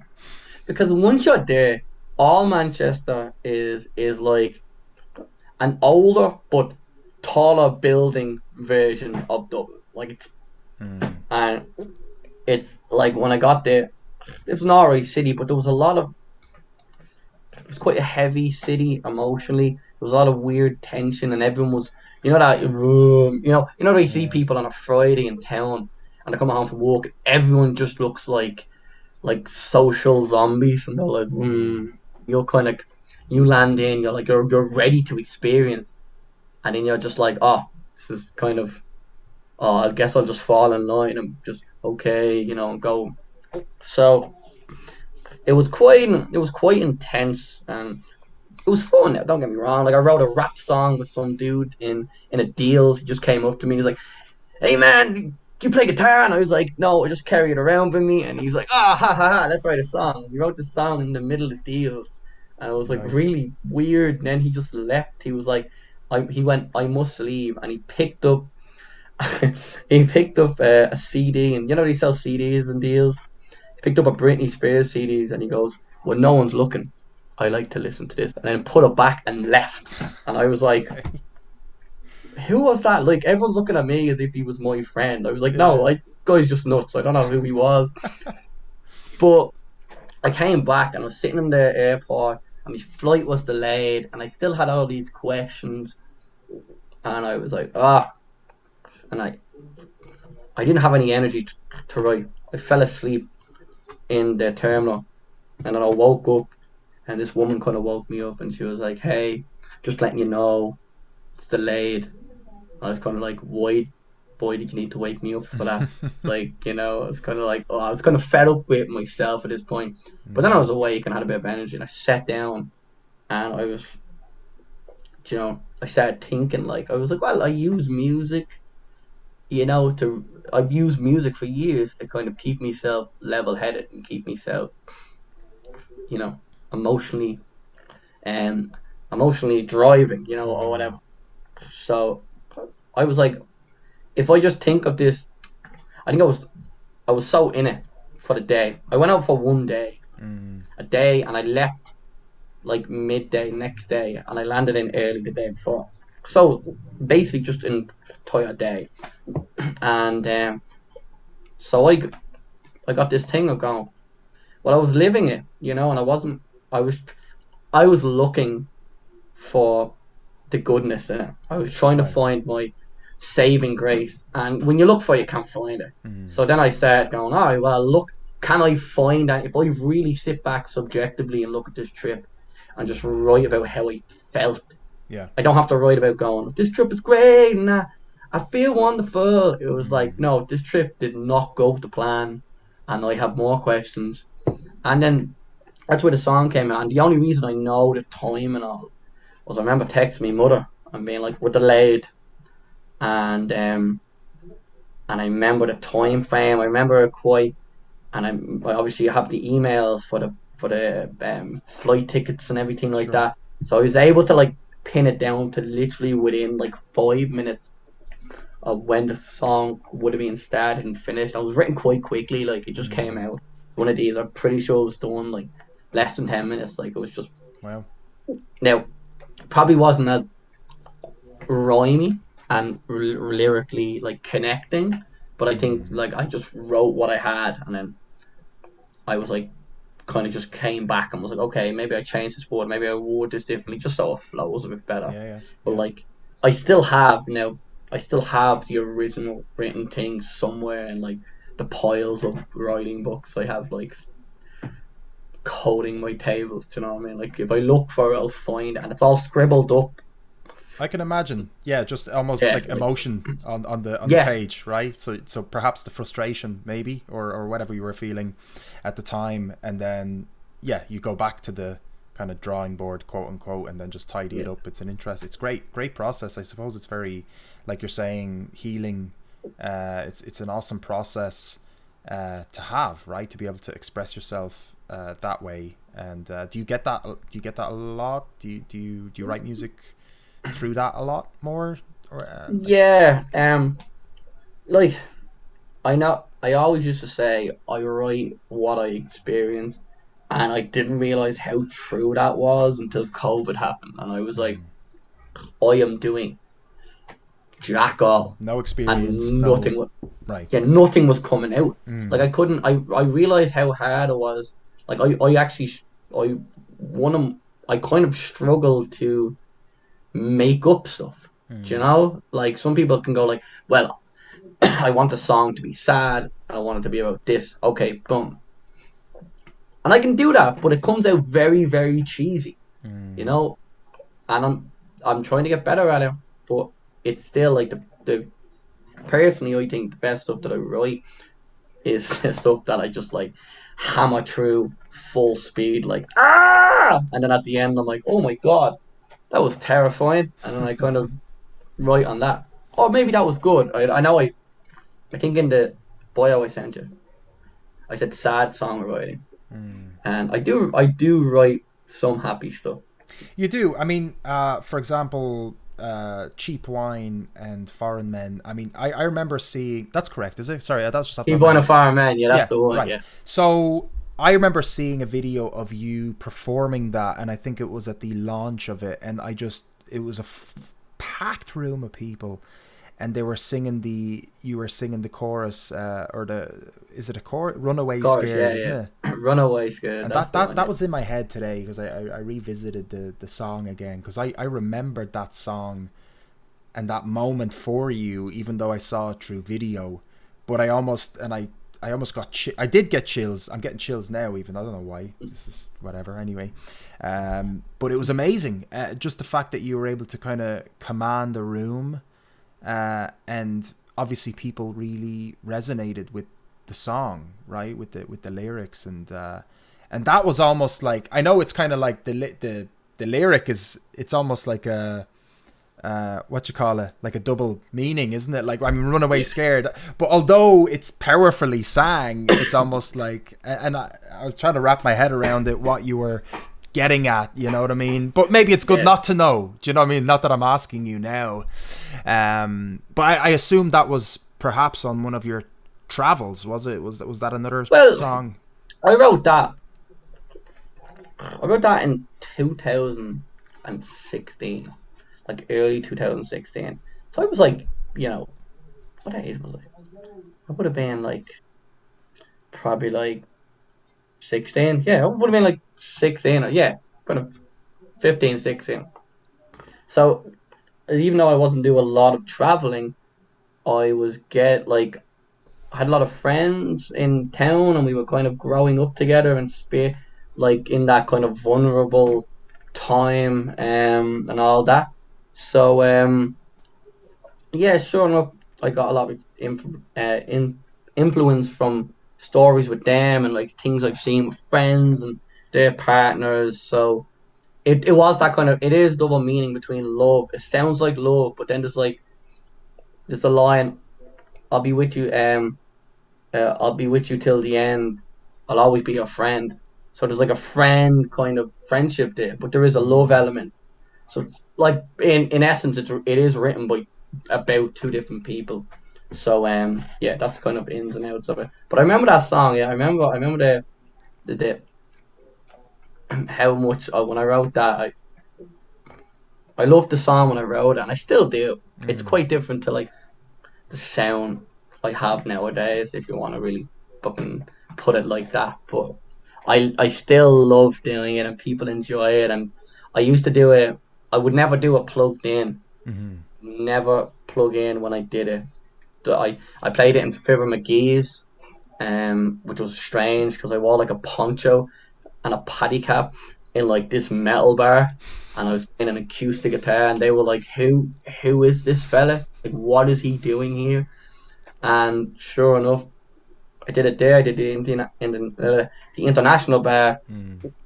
I did it in Lowe's.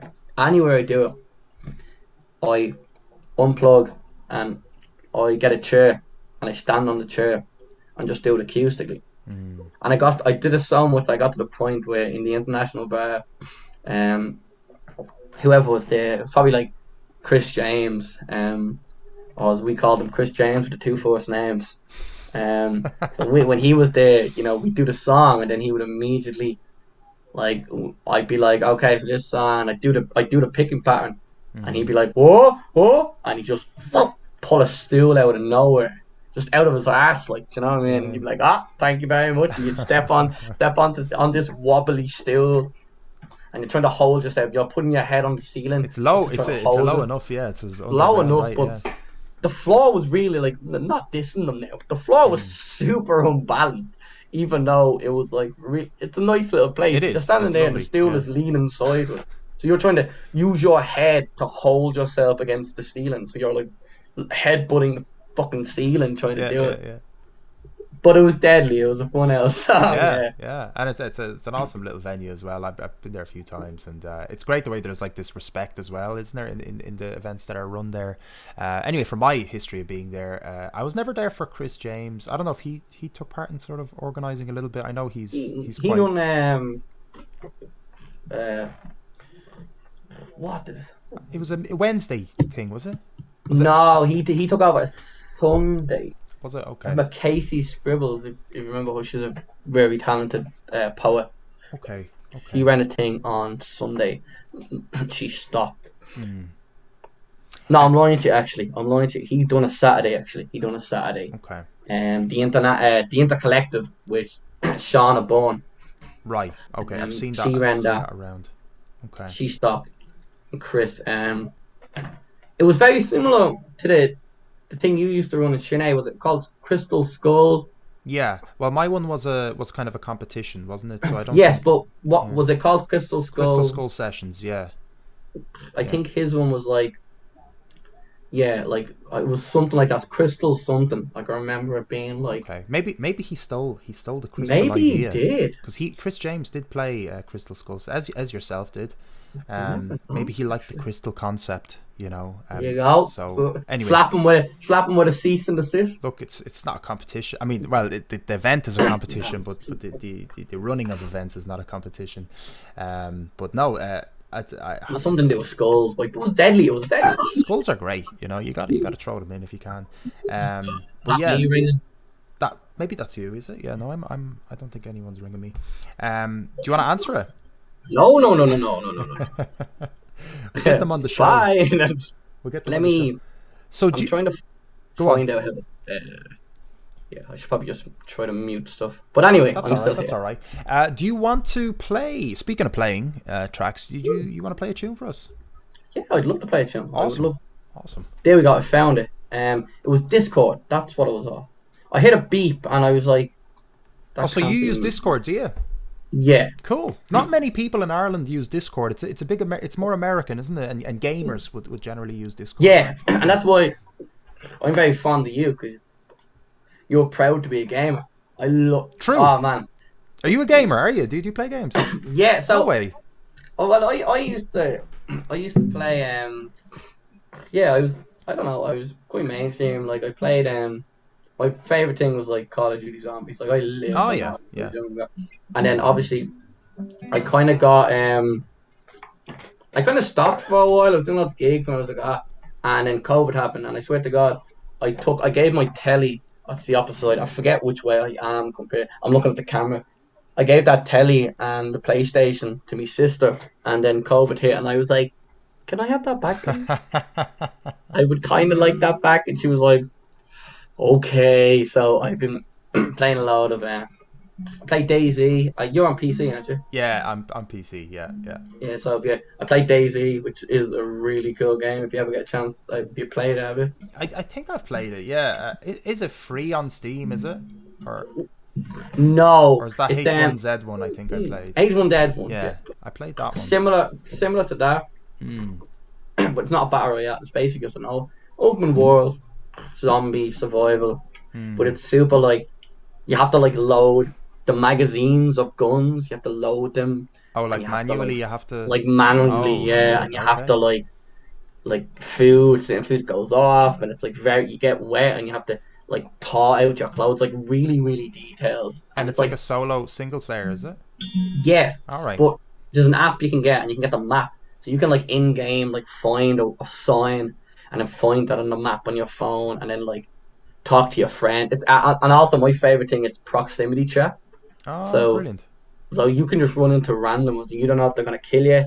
You don't know if you're gonna become friends and travel together. And I love it. But you get on it, and you're on it like for the whole night. Like I'll go off in an hour, and then it's like bleeding 6 in the morning. You're like, I am comatose right now. Yeah. That's the thing with some of those games, isn't it? It's like you got the games that are kind of safe to play with regard to using your time, like Call of Duty, because there's rounds, they kind of finish.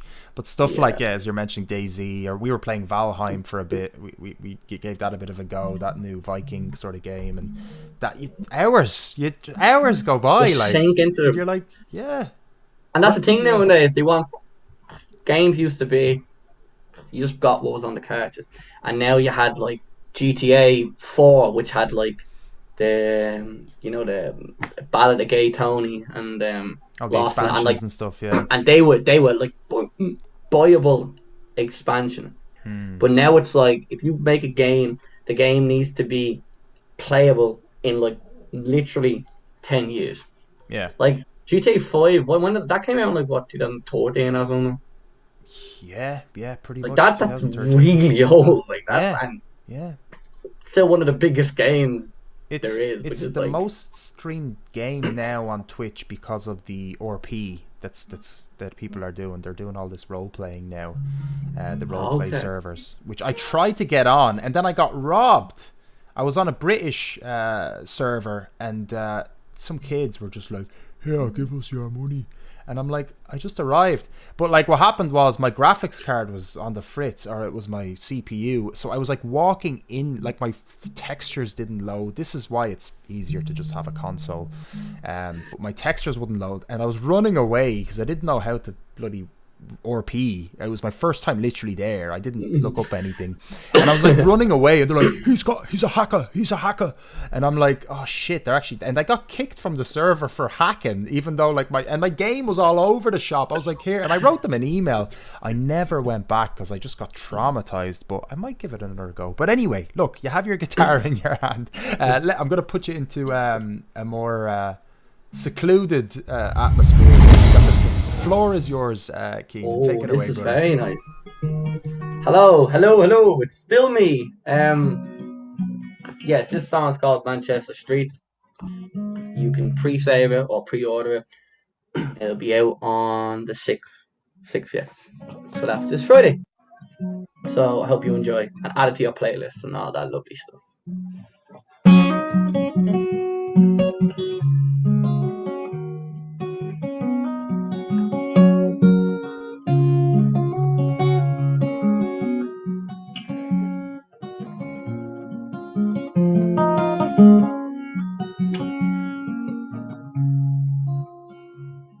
Guitar in hand, river owl ahead, and there's no one by my side.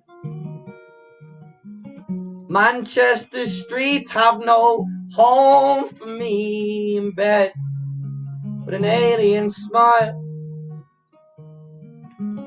feeling alone, surrounded by no one that I know. So many words with so many ears, all tuned to a different sound.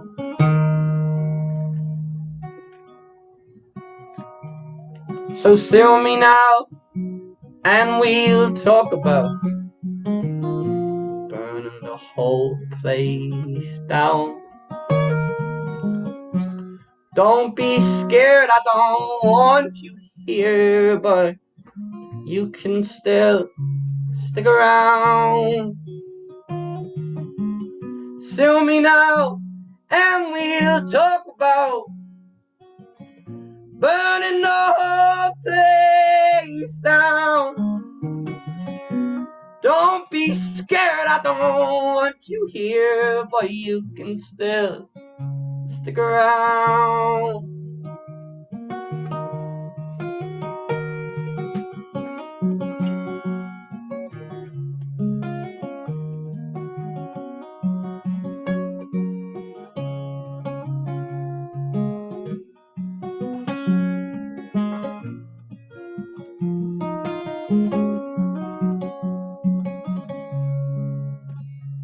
Well, no drunken doozy or a late night Susie can make me feel anything at all.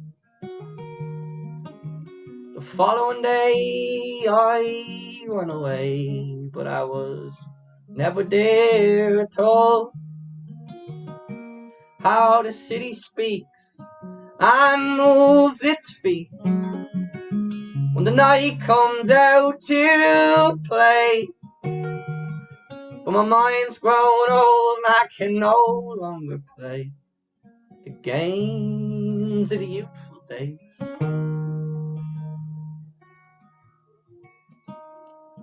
So sit with me now, and we'll talk about burning the whole place down.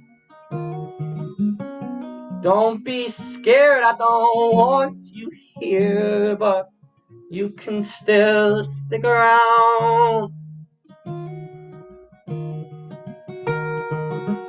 Sit with me now, and we'll talk about burning the whole place down. Don't be scared, I don't want you here, but you can still stick around.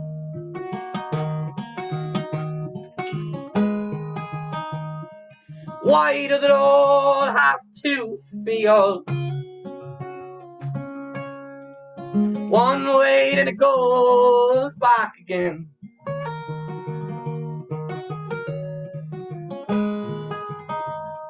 And why does love feel so real one night and then it changes, and I end up in the same place I was before?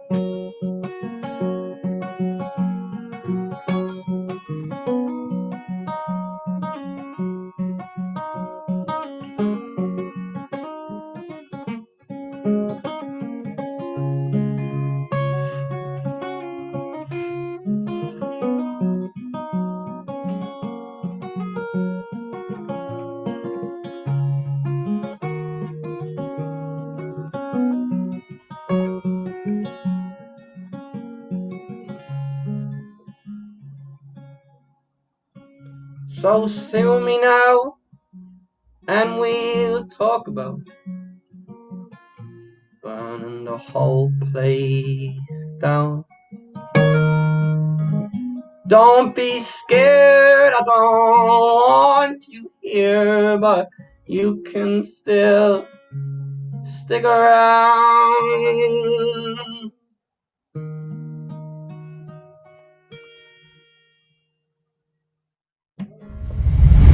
Thank you. Absolutely awesome, brother. Thanks so much. Really, really cool song. It comes out this Friday. Wow. This Friday. Oh, what perfect timing to have you on the show, isn't it? Yeah, it's great. Thank you. Yeah, thank you so much for having me on. Listen, it's an absolute pleasure. Yeah, I was And just going to say that. Absolute pleasure. we need to chat catching more up. because I'm down to chat with you about video games, aliens, any cool shit. You know, it's not just about music. I have a feeling we could chat for a very, very long time, man. And you know, are you into conspiracy theories? Absolutely, absolutely. Yeah. You know? No, yeah. I don't even see them as conspiracy theories. I see them as potential realities. I see them as fact. Yeah, exactly. I mean, why not? You know, I definitely. It's just so hard to know, really. You know, at this stage, but we had so interesting. It is. I love conversations like that. We had a segment called "Consider This" actually, and it was a kind of an informative approach to conspiracy theories. It wasn't like, you know, we're all fanatical about it all. We were just having, but people were getting mad in the chat though. They were getting a bit salty about it. They were like, oh, no, this is blah, blah, blah. And it's just like, chill out, guys. Like, people won't even hear it, you know, but I love that. I love when people get a little bit salty in the chat, you know. This chat hasn't been salty at all this evening. What's going on? That's good. We haven't said anything. We haven't gotten into that yet. But no, absolutely, man. I totally agree. I feel like we could have, as Dave said, you need a podcast. I have a feeling we could actually be quite successful with something like that. Very easy to chat to you, brother. And and I know that there's a lot more we can chat about for sure, because we touched on a few things, and I definitely resonate with a lot of things that are in your head, you know, in your mindset. We have a very kind of similar way about ourselves with regard to the openness of information. And I know a lot of it can relate as well to our current condition that we're in. So that is also another complete topic in itself, which of course the whole world has to fucking deal with. But is there anything you'd like to close off with on a positive note? Is there anything you want to close off with? Let the guys know. First of all, I want to say thank you so much for having me on.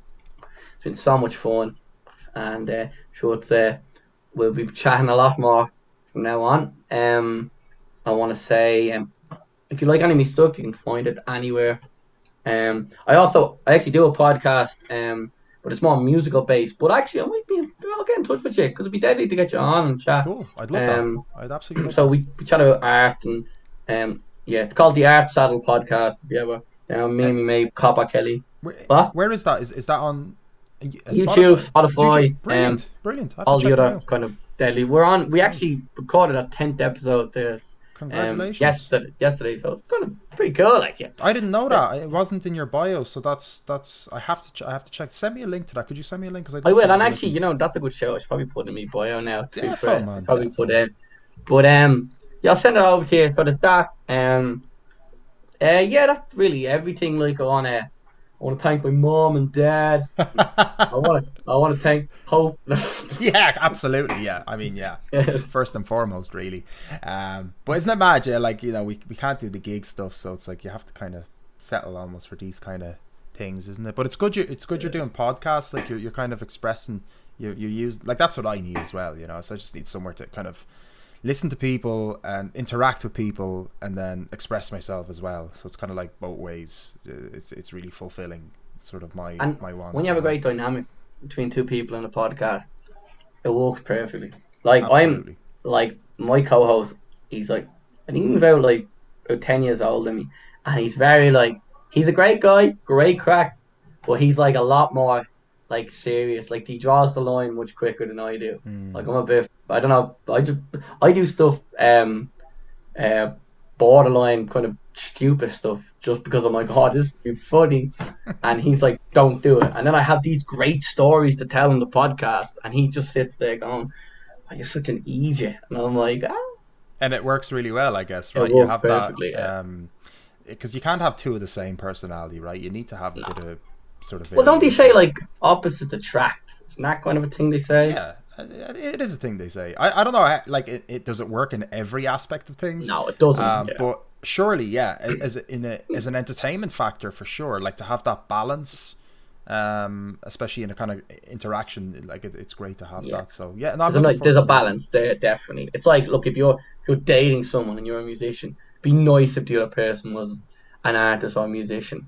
But if they were really similar to you. It's just going to be clashes. You'd So probably there get is a bored as balance. well, wouldn't you? You'd probably get really bored. Yeah, that's very true. Yeah, that's very true. Awesome. So send me over that podcast. Great. I always like to listen because I haven't done any podcasts really myself. I haven't really gotten around to it almost. It's just kind of like, but I like listening to other people's podcasts. No, actually, I don't. I like listening in to like independent people doing a podcast. It's not actually a thing I like to generally do, but yeah, I like to kind of listen in and sort of go, oh, this is great, this is interesting, if I know the person, more so. But yeah, awesome, brother. And listen, best of luck with the release on Friday. So Manchester Streets. And guys, yeah, of course, all the details to Kenan Flannery. Sorry about the extra N there. I don't know what I was thinking. Just so many N's in my head. But the Facebook page is in the description, so you can guide in from Kenan Flannery. Or Kieran or Kean or Kenan. That's another one that everyone. Kenan, and I'm like, just calm down. You're a bit aggressive. Double E right? there now, yeah. Just, the best way to think of it, I hopefully you remember this reference. Kenan and Kel. Well, that's exactly what I was thinking of, and for some reason, my father named me after Kenan. Well, you look like him a little bit. Yes, I do. Makes sense, right? Well, I'm his yin and yang. Yeah. He's like chubby and black, and I'm like skinny and You're white. the opposite. So it's like boom. absolutely. There you go. It makes sense. In so some weird way. To be. I'm meant to be. Yeah. Okay. Okay, I should probably finish up here because I'm gonna just dig I myself. I 2 hours, man. Honestly. I know. I don't want to end it, but we have to end it because people are gonna just go, here, lads, hurry up. Or maybe not. Maybe people are enjoying it. But look, listen, great. No, genuinely awesome to connect with you again. Long overdue, I guess. But I'm so happy we finally did it. And let's stay in touch. I'm sure this isn't our last conversation. I definitely know that. Awesome, brother. Listen, take care of yourself. Thank you so much. Thanks for everyone for listening as well. See you later, buddy. Yourselves. Awesome, guys. Kenan Flannery. Dave, a bit late with the question. Bit late. We didn't get a chance to ask him that. Stick around, guys. I know there's only a couple of yous here. And thanks very much for hanging around and listening in.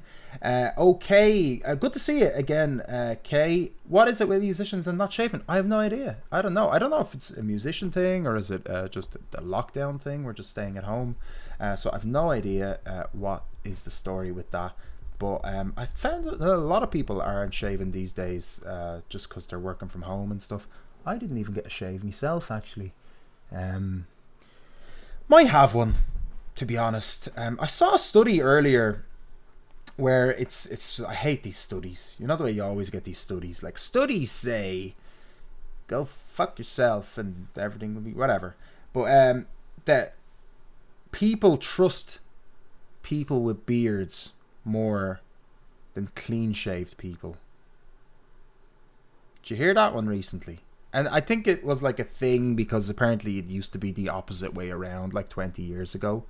But nowadays, yeah, apparently it's the opposite now. So I don't know. Maybe that's why people aren't shaving their beards now. They feel they're more trustworthy looking. There you go.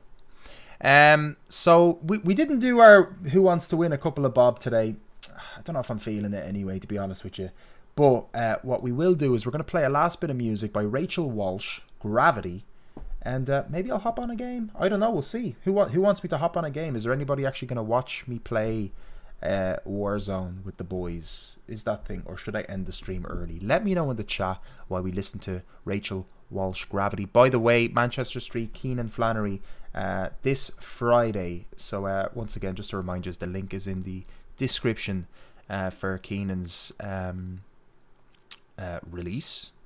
So do head over there now even and sort that shit out, you know. Alright, so let me just set this up here. Rachel with Gravity, guys. I'll be back. Have a think. Should I hang around? Kevin Laurier, by the way, good to see you, man. Haven't seen you in a while. I hope you're keeping well, man. Let us know how you're doing. I kind of feel like I should be doing Twitch again as well. Jeez, I don't know. I kind of miss a bit of Twitch, boys and girls. It's been quite a while. But anyway, look, I'll come back anyway before the end and we'll have a quick chat. So have a think. Should I keep streaming or not? We'll see what happens.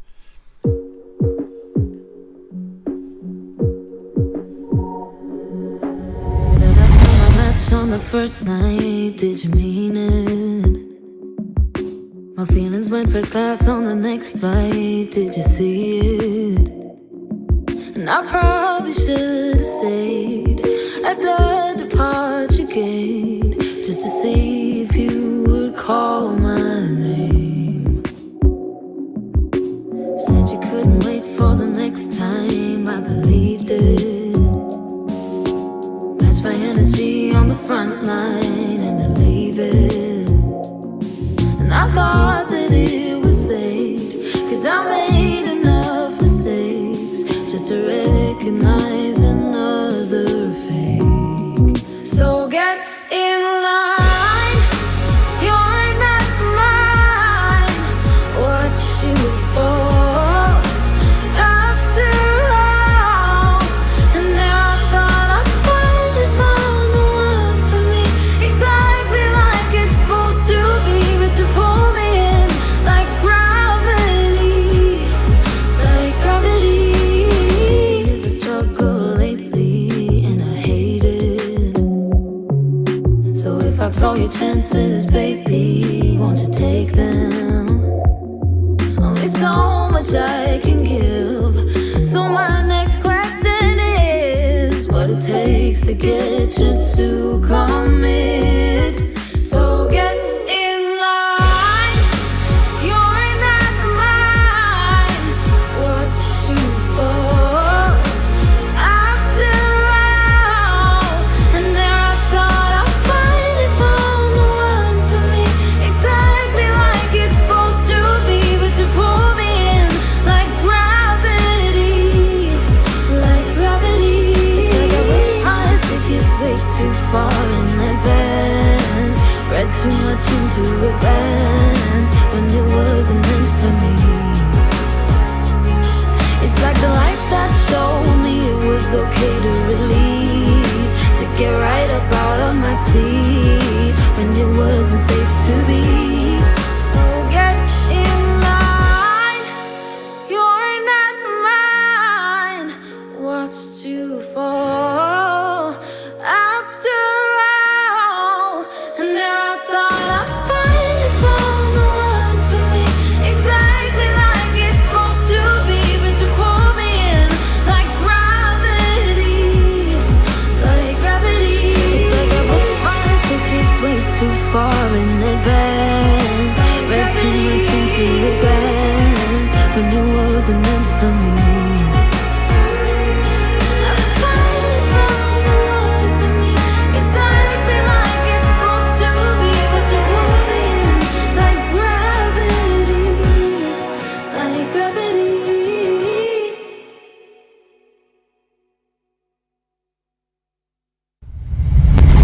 All right, that was Gravity by Rachel Walsh, and yeah, I guess we'll finish up, guys. We'll finish up. I won't drag it too long. We've only got a couple of yous there left, so much appreciate you sticking around, Dave. Much appreciated, and whoever else is hanging around there. Just checking if my mic was on. It was great. I'm gonna finish up. Back next week. Please God, we'll see what my agenda is. I've got a few things in the pipeline that hopefully won't impede these nights, because I am enjoying them, to be honest. It's just even for myself, just to have a bit of a chat, you know, and just reconnect with people, because it still feels like the world is still quite disconnected, and the music scene feels still very disconnected as well, you know. So especially with this whole, I don't fucking know if the events are happening. I'm surprised that there's bookings. I'm surprised to hear that there were some events. I really don't know if it's people just being very hopeful, impatient, or legitimately, you know, it's a legitimate thing, you know, which is all great, you know, that's cool. So I'm still trying to suss out the environment here, but it does feel very disjointed. So I think these deMars lives, I'd like to keep doing them. That's kind of why I decided to kind of bring them back up again, you know, is to sort of keep that connection going. I felt, you know, transmission TV is fantastic. It's just not regular enough for me to keep, you know, connected, which is on a live level. So yeah, it's just cool, you know. But transmission, man, yeah, I'm really.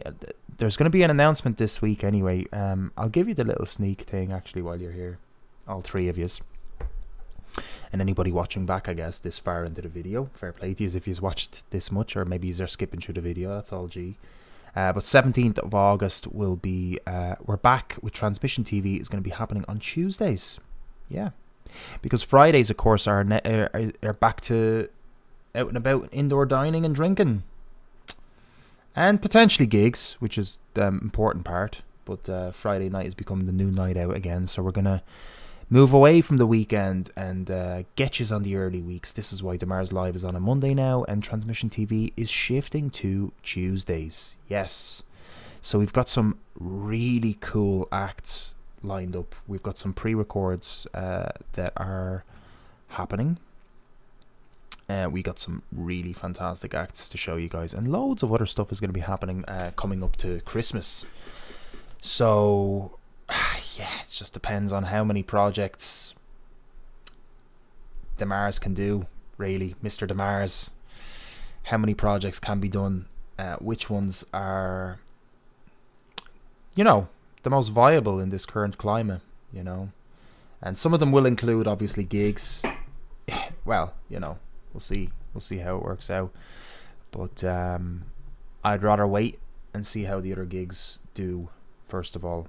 It doesn't feel like we have any kind of guidance here towards pushing towards actual gigs, you know. I haven't seen anything yet. I've been seeing people in little caged compartments outside, but like that doesn't work inside, right? So I don't know what's happening. So it'd be interesting to see how it all turns out. So yeah, I'm gonna play some Warzone, I think, maybe for about an hour, but I'm not gonna stream it.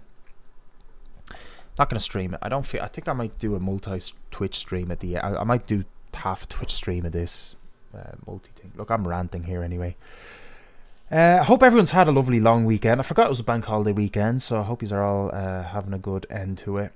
Thanks for tuning in. All the details to all of the artists, all the music and stuff today are in the description of this video. Don't forget to hit the like. Don't forget to hit the share even after the video goes.